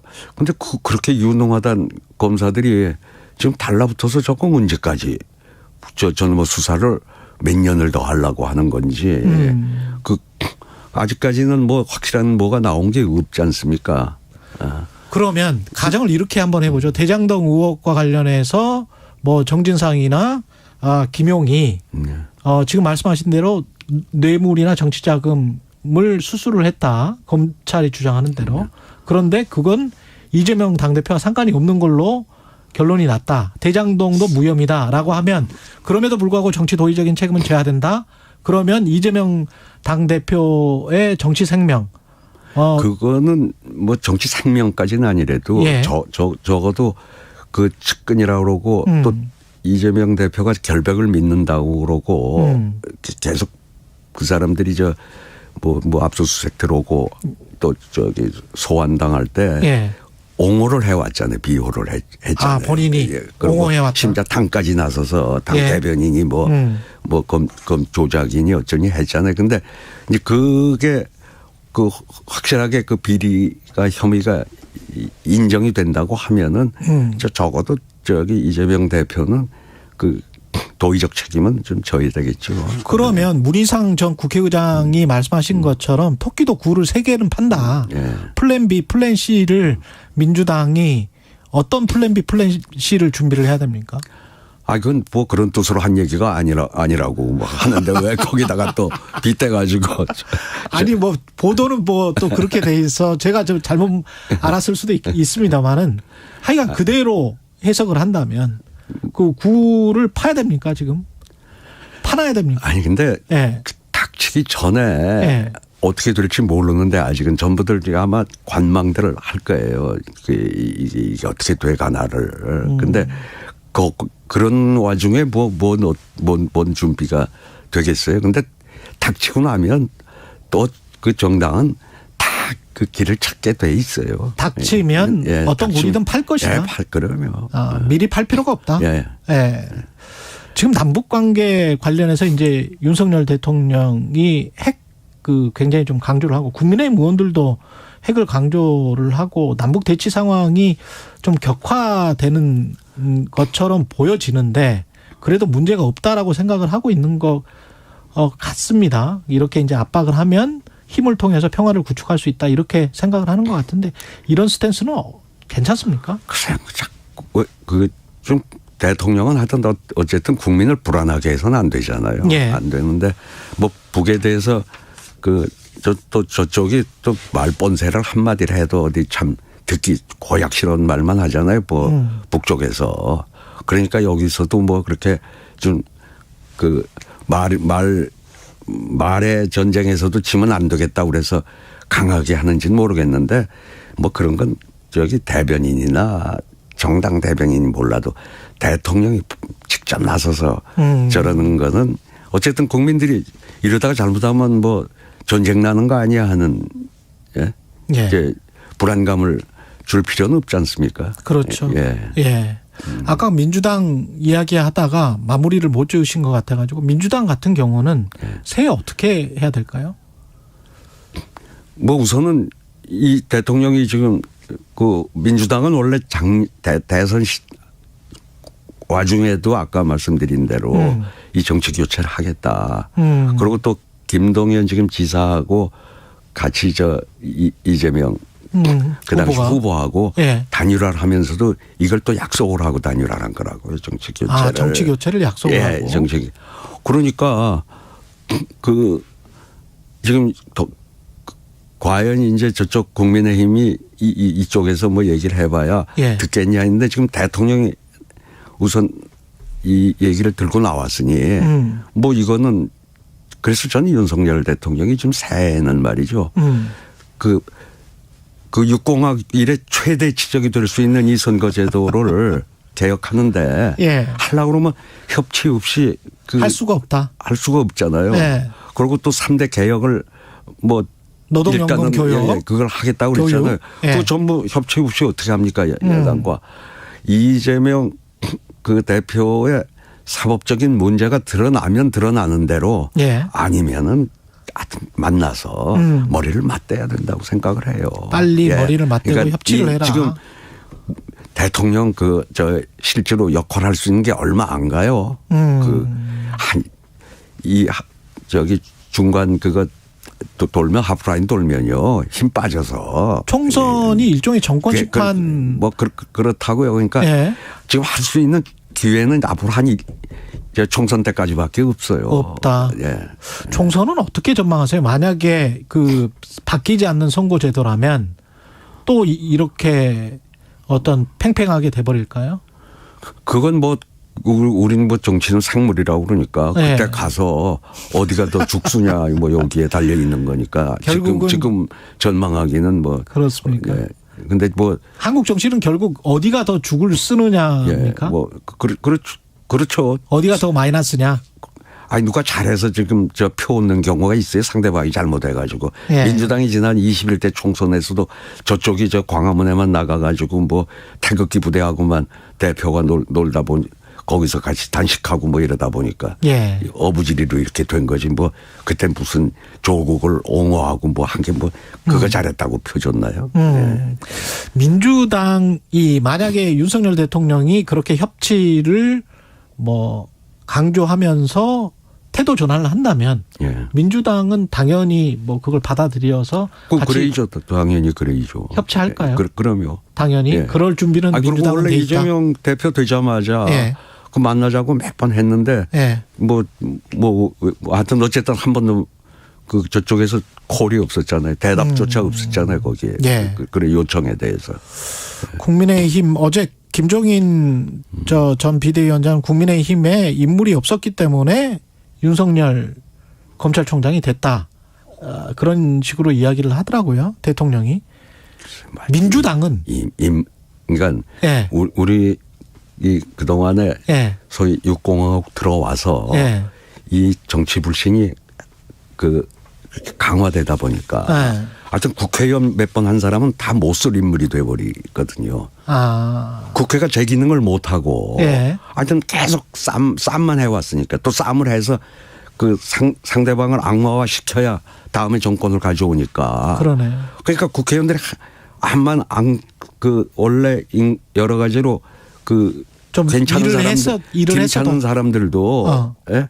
전부 국회 오래 있다 보면 전부 인물군에서 탈락해버리는 이 비극이 사실은 경륜이 있는 사람이 대통령이 오랫동안 해왔던 옛날에 김영삼 대통령, 김대중 대통령 예. 뭐 어쨌든 나름대로 그 경륜을 다 펼치셨잖아요. 여기 찾으면 상당히 있어요. 있는데 인물이 없어서가 아니라 있는데 그런 환경 때문에 빛을 못 본 거죠. 예. 예. 환경, 여건, 제도가 굉장히 안타까우신 모양입니다. 예. 유인태 전 사무총장님은. 예. 다시 한번 모시겠습니다. 예. 지금까지 유인태 전 국회 사무총장이었습니다. 고맙습니다. 예. 예. KBS 1라디오 최경영의 최강시사 2부는 여기까지고요. 잠시 후 뉴스 일대기 그리고 대장동 관련 사건은 봉지욱 기자와 함께 정리합니다.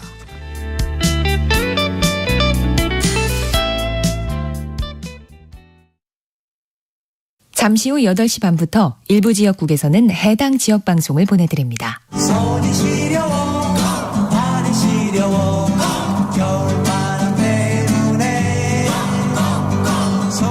아무리 추워도 여러분의 자산은 꽁꽁 얼면 안 되기에 오늘도 홍사원의 경제쇼는 바른 정보만 준비하겠습니다. 오후 4시 5분 홍사원의 경제쇼 꼭 기억해 주세요.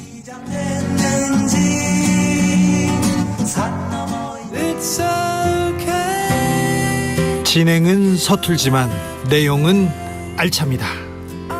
진실의 편에서, 정의의 편에서, 약자의 편에서 뉴스를 전합니다. 주진우 라이브와 함께 더 많이, 더 오래 웃었으면 좋겠습니다. 매일 오후 5시 5분 KBS 1라디오 주진우 라이브. 지금 시각은 8시 30분입니다. KBS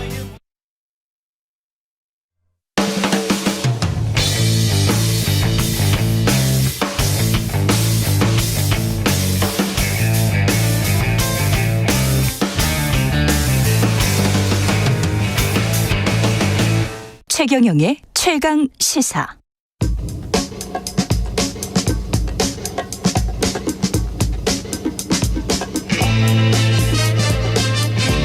네, 오늘부터 청취율 조사 기간입니다. 이미 듣고 계시죠? 최경영의 최강 시사 참여해 주신 분들께 추첨 통해 따뜻한 커피 쿠폰 보내드리겠습니다. 10분 추첨해서 보내드립니다. 많은 참여 부탁드리고요.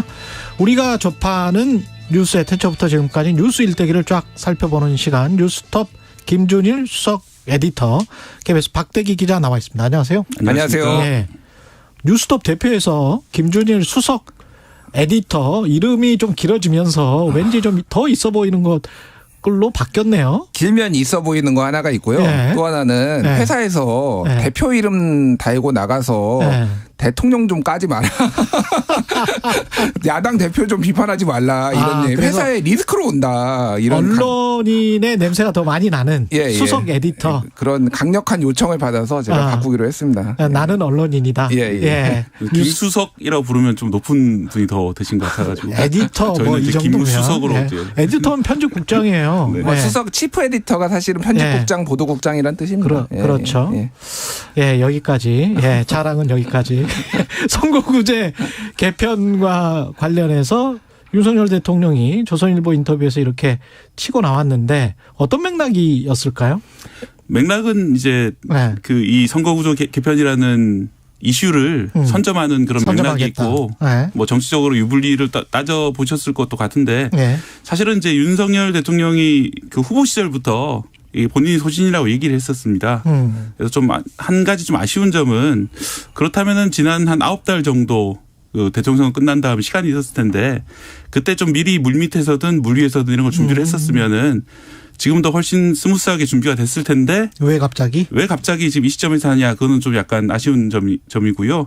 하지만 제가 이제 앞으로 남은 시간을 통해서 중대 선거구제도 여러 가지 문제가 있다 이 말씀을 드리고 싶은데 그 전에 강조하고 싶은 게 있습니다. 저는 어떻게든 현재의 선거제도가 바뀌어야 된다고 생각을 합니다. 지금 여하튼 선거구제는 바뀌어야 된다. 지금 이 정치가 과연 사람들한테 희망을 주고 있고 사람들의 민의가 정확하게 전달이 되고 있고 또 우리나라 사회가 둘로 분열되는 것을 정치가 오히려 더 방조하고 있고 불을 지르고 있고 이러지 않나 저는 생각이 많이 들거든요. 그런 차원에서 어떤 식으로든 선거구 제도를 포함해서 정치 문화가 바뀌어야 되는데 앞에 말씀드렸던 그런 배경을 차치하고서라도 어떻게든 바뀌어야 된다. 여기서 좀 합의를 했으면 좋겠습니다. 그러면 이렇게 진행을 해보죠. 일단 지금의 소선거구제가 뭐가 문제입니까? 일단은 지금 그러니까 이 선거구제라는 거는 100개의 나라가 있으면은 100개의 제도가 있습니다. 그렇겠죠. 그 정도로 복잡하고요. 다양해요. 그래서 이거를 다 설명드릴 수는 없는데 오늘 큰 틀에서 몇 개 지금 정치권에서 특히 정개특위에서 나오는 거를 설명드리기에 앞서 방금 말씀하신 소선거구제. 뭐가 문제냐? 단순 다수제에 의한 소선거구제예요. 그러니까 이를테면은 독일도 소선거구제를 하는데 거기는 정당병무식 비례대표제를 하면서 소선거구제를 하니까 그거에 대한 부작용이 적어요. 일단 단순 다수제는 뭐냐면은 소선거구제. 우리나라는 지금 현재 지난 2020년 총선으로 21만 8천 명이 한 지역구를 구성을 해요. 그래서 14만 명에서 29만 명 요 레인지입니다. 요게 한 지역구가 될 수 있어요. 그래서 여기에서 뽑는데 이게 문제가 첫 번째는 뭐냐면은 소위 말해서 이제 이게 지도부 줄서기 각 당의 지도부의 줄서기가 되는데 이게 특유의 어떤 지역주의하고 맞물리는 거예요. 예를 들면은 영남에서는 공천만 받으면은 그냥 당선되는 국민의힘 인사들이 있는 거고 호남에서는 공천만 받으면은 당선되는 사실상 무투표 당선이에요, 그냥. 심지어 이제 10여 년 전 일이긴 하지만 이제 부산에서는 이미 후보자가 사망했는데 그 투표했는데 이겼어요.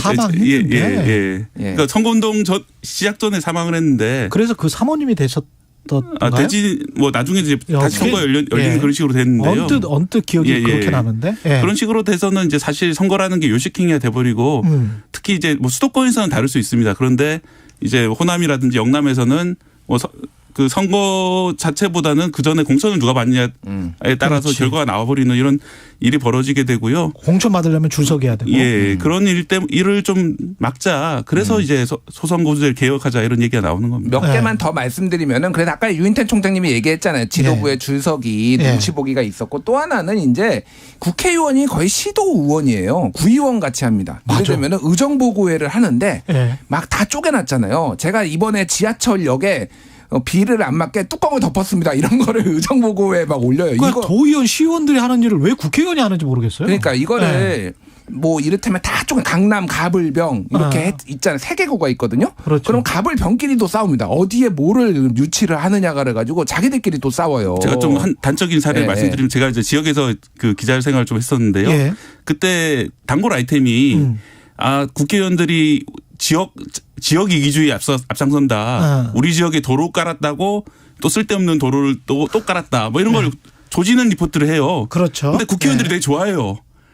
나의 치적이 이렇게 홍보된다. 네거티브 마케팅이다. 예. 하여간 지역 주민들은 좋아한다. 돈을 아무리 심지어는 이런 거를 좀 조져달라고 국회의원 측에서 요청하기도 하는 그런 일까지 벌어집니다. 그래서 정말 웃지 못한 일이죠. 나 이렇게 세금 낭비했어. 그러니까 이거를 조금 큰 단위로 하면은 예를 들면 이런 겁니다. 뭐 서울을 중선거구제로 한다라고 하면은 한 6일 선거고 뭐 예를 한다고 보면 그러면은 뭐 강남권, 뭐 서부권, 동부권 이런 식으로 묶이잖아요. 그렇죠. 그럼 거기에서의 공통의 같은 생활권이잖아요. 공통의 아젠다를 가지고 대여섯 명의 의원이 이거를 강력하게 밀 수도 있는 거고. 근데 이거는 예를 들면은 지금 마포의 상암에 쓰레기 소각장 문제가 있잖아요. 그렇죠. 정청래 의원 한 명 빼놓고는 국회에 아무도 관심이 없습니다. 왜냐면 그 지역구에 딱 한 명밖에 없으니까 이해관계가 달린 사람이. 사실은 이게 어떻게 보면은 그 특정 이슈에 국회의원들이 멀어질 수도 있지만은 정말 중요한 문제면은 여러 명이 달려들어서 이거를 아젠다화할 수도 있는 거예요. 그런 장단점이 있는 거죠. 그러니까. 근데 협력을 해가지고 풀어야 되는 문제가 많을 텐데 자기 밥그릇만 챙기는 국회의원들만 득세를 할 수도 있겠고 국민에게 충성을 해야 될 텐데 그 지금은 사라졌지만 당 총재 같은 당 대표에게 충성하는 공천권이 있는. 그러니까 이게 미국도 소선거구제인데 여기에서는 지도부 줄서기라는 폐해는 별로 안 나타나요. 미국은 당대표가 없어요. 아니 상향식 공천이잖아요. 거기는. 그렇지. 그러니까 우리나라는 하향식이잖아요. 그러니까 당에서 다 정하니까 이게 문제가 되는 거예요. 그렇죠. 그러니까 상향식 공천은 근데 법으로 만들 수는 없잖아요. 이거를 각 정당이 알아서 할 문제지. 그러니까. 그러네요. 그래서 선거구를 이렇게 중대선거구제로 바꿀지 또는 권역별 비례대표제를 할지 아까 말씀하신 독일식 정당명부제를 할지 각각의 제도를 만약에 개혁을 하면 어떤 장단점이 있고 어떻게 바라봐야 되는 거예요? 일단 지금 법안이 발의된 거를 몇 개를 소개시켜 드릴게요. 지금 정개특위에서 논의 중인 선거법 개정안은 크게 보면은 네 가지 부류로 나오네요. 그러니까 여당안 국민의힘에서는 원래대로 연동형 비례대표제 폐지하고 원래대로 하자. 소선거구제 그냥? 이게 지금까지의 대통령이 말하기 전까지 지금까지의 주장이었어요. 국민의힘 주장이었고 야당은 복잡한데 첫 번째는 위성정당 방지법을 민영배 의원, 강민정 의원이 냈는데 예를 들면 이런 겁니다. 지역구 의석수의 50% 이상 추천 정당은 비례대표 의석수 50% 추천 의무화. 한마디로 얘기를 하면은 민주당이 더불어시민당 만들었는데 자기는 비례대표 추천 안 하면서 빠져버렸잖아요. 정당 혼선 안 주기 위해. 그랬죠. 자유한국당도 미래통합당도 마찬가지였잖아요. 근데 무조건 추천하라는 거예요. 이러면은 최소한 이런 식으로 꼼수정당, 위선정당이 안 만들어지는 거. 그리고 비례대표 투표용지에 아예 비례대표 후보를 배출하지 않은 정당의 기호와 이름도 기재를 해라. 그냥. 아예 안 내더라도. 그런 식으로 하는 건 위성정당 방지법이 하나가 있고 또 하나는 권역별 비례대표제 도입을 하는 거예요. 이게 김두관 의원, 이상민 의원, 김영배 의원인데 권역별 비례대표제는 크게 나라를 이를테면은 뭐 대구 경북 아니면 부울경 아니면 뭐 서울 그리고 인천 경기 강원 이런 식으로 묶은 다음에 비례대표제를 이 권역 내에서 뽑는 겁니다. 이것도 이제 개방형이냐 폐쇄형이냐에 따라 다른데 이런 식으로 좀 가자. 비례성을 높이기 위해. 예. 그래서 이거는 이제 지역구 의원을 조금 줄이고 비례대표를 늘리는 거예요. 예를 들어 김영배 의원 안 같은 경우에는 지역구 220, 권역별 비례대표 110명. 그래서 330명으로 30명 증원하자. 뭐 이런 게 있고 또 하나는 중대선거구제가 지금 나오는 게 그렇죠. 이탄희 의원, 박주민 의원, 김상희 의원 등등인데 그다음에 이탄희 의원 같은 경우에는 행정 권역별로 하자. 예를 들면 수원에 5명의 국회의원이 있거든요. 이거를 왜 가불명정 뭐 이렇게 다 나누느냐. 한꺼번에 수원인만 수원을 5명 뽑아라 그러면은 뭐 이런 식의 이제 얘기들 뭐 이런 게 나오는 수원 같은 경우 1, 2, 3, 4, 5등까지는 다 되는데 그게 정당이 혼합될 가능성이 있겠네요. 그렇죠. 그렇게 그렇죠. 되면 가령 예를 들자면 예. 그렇죠. 그렇죠. 근데 이제 다른 어떤 국회의원은 그런 이야기를 하더라고요. 가령 4명을 뽑아도 영남에서는 4명 다 국민의힘이 되고 호남에서도 4명 다 민주당이 될 수도 있는 것 아니냐. 그러면 중대선거구제 해봐야 이게 무슨 소용이냐. 뭐 이렇게 이야기를 하기도 하던데. 그래도 약간은 좀 달라질 수 있다라는 게 지금 사실 기초의회 의원 같은 경우에는 이미 중선거구제를 하고 있거든요. 한 선거구에서 2명 또는 3명 등을 뽑고 있는데 뭐 그렇게 뽑아봤더니 실제로 영남에서 민주당 의원들이 꽤 조금 있고 뭐 이런 식으로 이제 조금씩 바뀌고 있고요. 또 그런 식으로 이제 중대선거구제로 선거구가 넓혀지게 되면은 그게 이제 우리 지역에서 뭐 우리 지역의 대표 정당이 그 공천한 인물이 아니라 다른 제3의 정당의 인물이 무슨 얘기를 하는지에 대해서 선거기간 전후회가 좀 더 들을 수 있는 기회들이 많이 있고 그런 점에서 분명히 좀 다른 점이 있습니다. 그렇군요. 실제로 이제 이걸 하고 있는 일본 같은 경우에도 그래서 3당, 4당 이런 식으로 다당제가 조금 더 우리보다는 좀 진전돼 있기도 하고요. 다당제가 되면 조금 국민의 민의가 많이 이 대리자들이잖아요. 국회의원이라는 게 레프리젠터티브 아닙니까? 이 대리를 해서 국민의 민의를 많이 전달을 하면 그러면 훨씬 더 정치가 좋아지겠죠? 좋아지고 좀 덜 싸우겠죠. 일단 덜 싸울 것이다. 사람들이 지금 좀 지긋지긋해하는 게 뭐만 있으면은 하나부터 열까지 다 싸우잖아요. 근데 제3당, 제4당이 있으면은 어쨌든 완충지대가 생기는 거고 이게 타협과 협상의 문화가 생기는 거예요. 타협 지점이 생긴다. 예, 그게 하나가 있고 또 하나는 말씀하셨다시피 양당으로 수렴되지 않는 가치들이 굉장히 많아요. 많아요. 정말 많아요. 근데 그것들이 제대로 발현이 안 되는 거예요. 기후 위기에 대해서 양당이 제대로 하고 있느냐. 이를테면 뭐 페미니즘 정당이 나올 수도 있는 거고 예를 들면 뭐 다양한 정당이 나올 수 있는 거죠. 그런 것들을 조금 더 반영을 해야 된다라는 게 사표가 너무 소선거구제는 모든 선거 제도 중에서 사표가 제일 많이 나옵니다. 예전에 참여연대에서 조사를 했는데 최소 40 역대 총선을 조사해 보니까 최소 42%에서 많으면은 50% 이상의 사표예요. 왜냐면은 후보가 3명 나와서 1등이 뭐 35%로 당선되자. 그러면 2등, 3등 떨어지잖아요. 그러면 거의 60%가 사표가 나오는 거예요. 이제 이런 것들을 좀 방지하자라는 거죠. 저는 이제 모든 걸 다 떠나서 그 우리나라가 둘로 분열되는 것들 그런 것들을 다당제가 되면은 사안에 따라 가지고 많은 사람들이 공감하는 그런 영역에서는 그 여러 당들이 결합해가지고 그걸 해결할 수 있고 뭐 그런 점들을 생각하면은 지금 최근에는 뭐 지지정당이 다른 같이 밥도 먹기 어렵다고 그러고요. 뭐 동창회도 열려고 했다 깨졌다 뭐 이런 얘기도 있고 뭐 결혼도 안 시킨다 뭐 이런 얘기까지 나오는 상황인데 저는 민주화 이후에 이렇게 우리나라가 분열된 적이 있나 싶어요. 지금 상황이. 한 20초씩만 현실성 있습니까? 현실성. 저는 현실성 있다고 보고요. 이때가 적기라고 봅니다. 그리고 하나 말씀드리면 개방형 명부제, 폐쇄형 명부제가 있거든요. 비례대표제 중에. 그러니까 권역별로 뽑으면 이런 거예요. 폐쇄형은 정당에서 다 1, 2, 3, 4 비례 순번을 하는 거잖아요. 개방형은 아예 순번에 대해서 내가 투표를 하는 거예요. 이게 그러니까 약간 중대선거구제 같은 효과가 있어요. 머리 좋아야 되겠다. 근데 이게 이제 포퓰리즘의 가능성도 있죠. 유명한 최경영 진행자 같은 사람이 정치 딱 나오면은 야 정치 안 한다니까 자꾸 이야기. 이런 제가 볼 때는 이게 가장 중요한 거는 국민들이 좀 더 똑똑해지고 이 문제에 대해서 계속 그 정치인들의 질문을 해야 됩니다. 왜냐하면 기성 정치인들은 기득권이거든요. 소선거구제 바꾸고 싶어하지 않습니다. 그렇기 때문에 좀 더 많이 질문을 하고 우리가 요구를 해야지 바꿀 수 있을 것 같습니다. 알겠습니다. 재밌습니다. 이거 뭐 나중에 또 한 번 해도 될 것 같아요. 저는 이거 1시간 얘기할 수 있어요. 아니 왜냐하면 굉장히 또 중요한 문제입니다.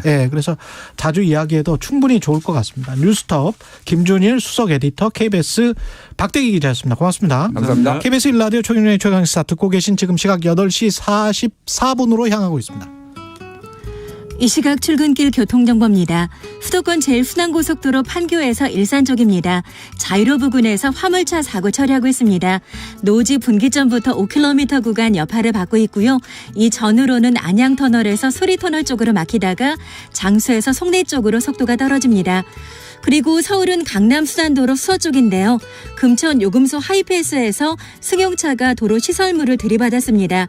처리 작업을 하느라 일대 정체가 심한 상황이니까요. 참고해서 운행하시는 게 좋겠습니다. 올림픽대로 공항 쪽으로 강동에서 천호대교 쪽으로도 사고 때문에 정체고요.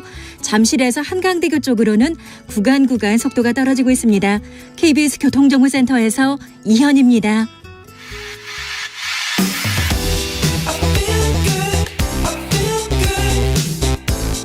세상에 이익이 되는 방송 최경영의 최강시사. 네, 성남FC 후원금 의혹과 관련해서 검찰 소송에 불응했던 민주당 이재명 대표 오는 10일에서 12일쯤 검찰에 출석하는 방향으로 일정을 조율하고 있다고 합니다. 새해에는 검찰이 이재명 대표를 직접 겨냥한 압박 수위가 한층 높아질 것 같은데요. 핵심 쟁점은 대장동입니다. 역시 이 몇 가지 포인트를 좀 짚어봐야겠는데 뉴스타파 봉지욱 기자 자리하셨습니다. 안녕하세요. 네, 안녕하세요. 예, 네. 관련해서 이제 정영학 회계사의 녹취록뿐만이 아니고 이 메모 전부 다 입수를 하신 거죠 지금? 네, 입수를 했고요. 예. 일부 또 대장도 그 수사기록 피의자 신문조서도 입수를 했습니다. 예, 그 녹취록이 지금 2000 몇 년부터 몇 년도까지 있죠? 2012년 8월부터 예. 2021년 4월까지 녹취록입니다. 네. 거의 10년 가까운. 그러니까 대장동 개발사 전체를 좀 들여다볼 수 있죠. 녹취록이 몇 페이지라냅니까 그게? 한 1300페이지가 1300페이지. 네. 아, 그거를 지금 다 본 기자는 한국에 별로 없을 것 같은데. 저도 모르겠습니다. 예. 네.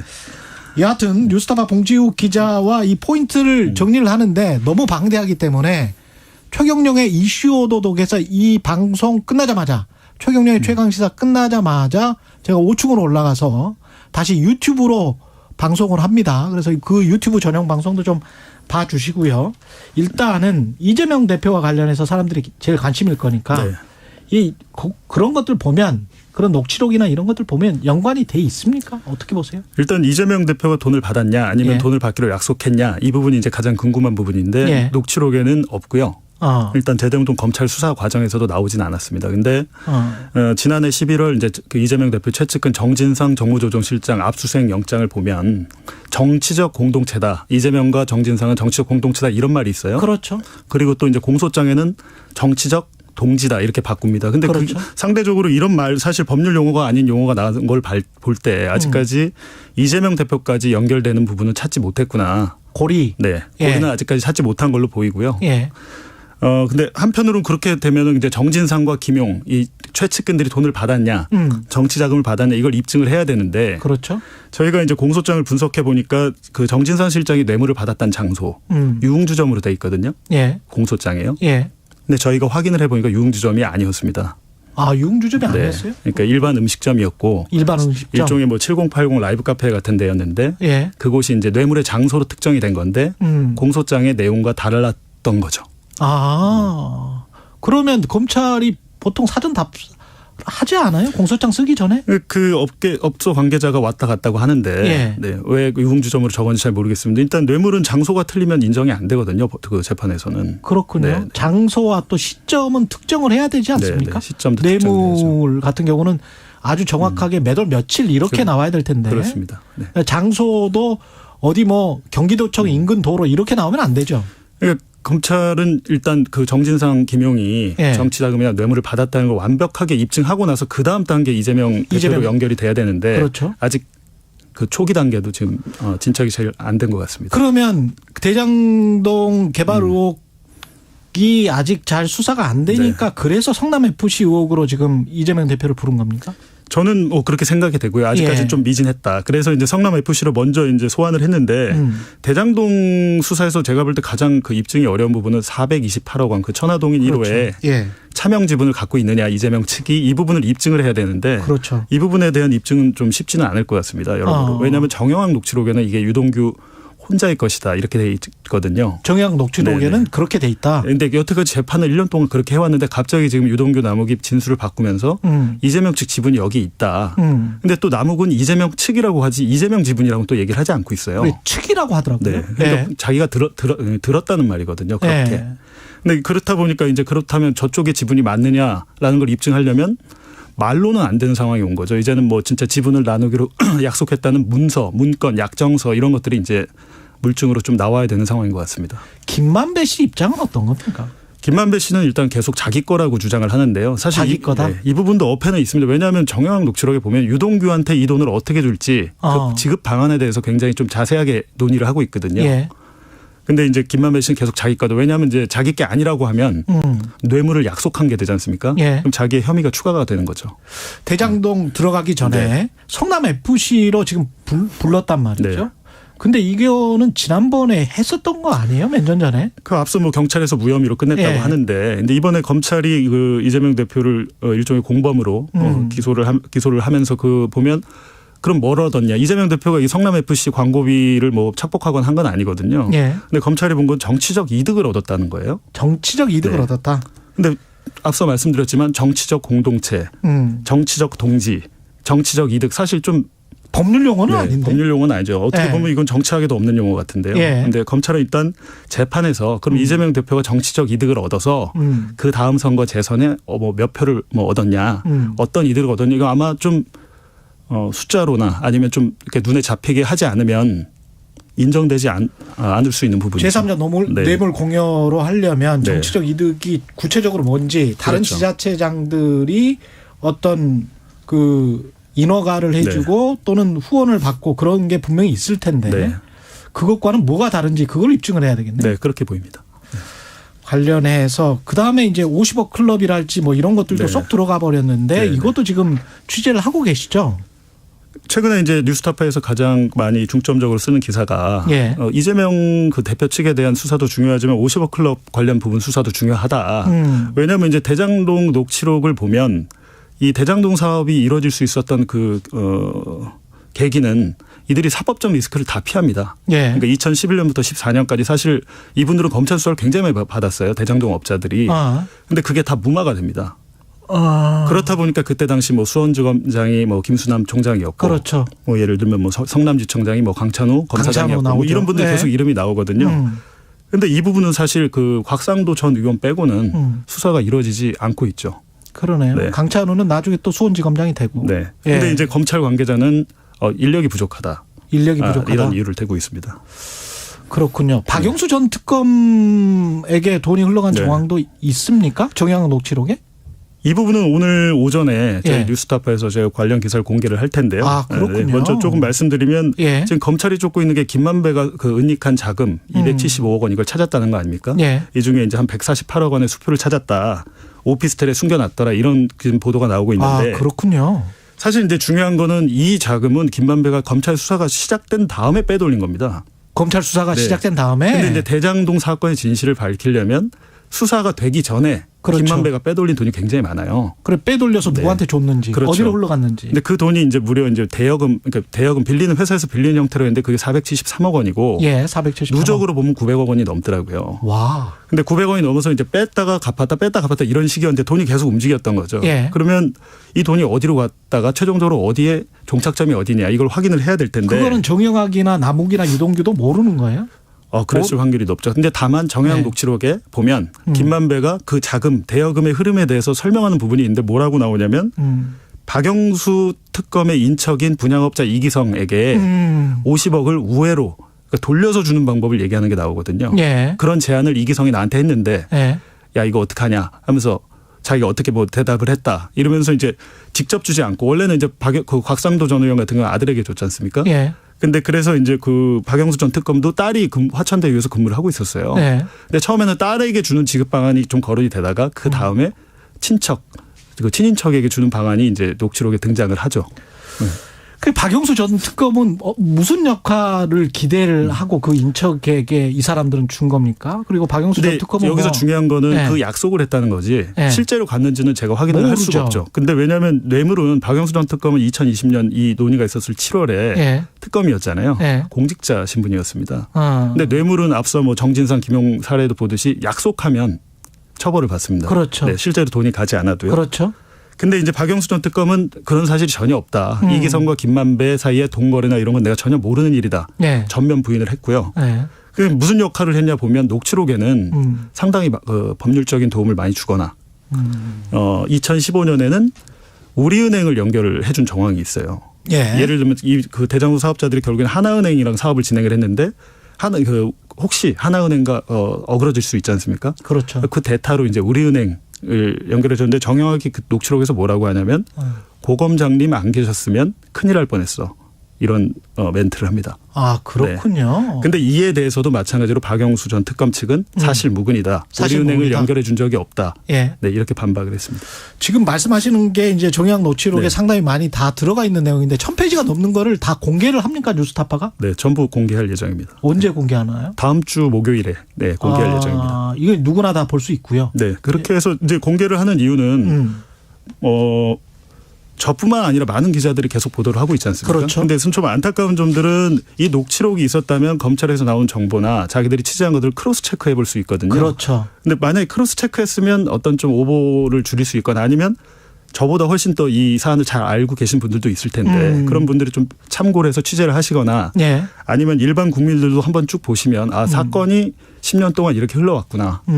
이런 줄거리를 좀 알 수 있습니다. 검찰이 혹시 그중에서 네. 선별적으로만 빼서 본인들 또는 집권 여당에게 유리한 것만 흘리고 있는 것 같은 그런 느낌도 드세요? 그런 부분이 많이 있죠, 사실. 검찰이 그러는지 각 언론사가 취사 선택을 하는지 모르겠지만 조각조각 파편화되어 있습니다. 퍼즐들이. 지금 예. 우리가 알고 싶은 거는 최경련의 최강시사가 알고 싶은 거는 종합적인 누구든지 간에 진실을 그렇죠. 알고 싶은 거잖아요. 네. 관련해서 최경련의 이슈 오도독에서 종합적인 진실을 말씀을 드리겠습니다. 네네. 예. 지금 뭐 시간이 거의 다 돼서 여기에서 일단 봉지욱 기자와는 마무리를 하겠습니다. 감사합니다. 네. 예. 5868님 눈 뜨자마자 최경련의 최강시사부터 켜고 세수하러 갑니다. 출근 준비하는 동안 다양한 시사 상식을 들을 수 있어서 유용한 방송이다. 이렇게 말씀해 주셨고요. 0190님 왕 애청자입니다. 답답한 마음 뻥 뚫어주는 방송 청취율 조사 전화를 받게 된다면 이유 불문 최고의 방송 프로그램이다. 답할 겁니다. 이렇게 격려해 주셨습니다. 고맙습니다. 1월 4일 수요일 KBS 1라디오 최경련의 최강시사 오늘은 여기까지고요. 내일 아침 7시 20분에 다시 돌아오겠습니다. 최경련의 이슈 오도독 잊지 마십시오. 9시 좀 지나서 유튜브 열겠습니다. 고맙습니다.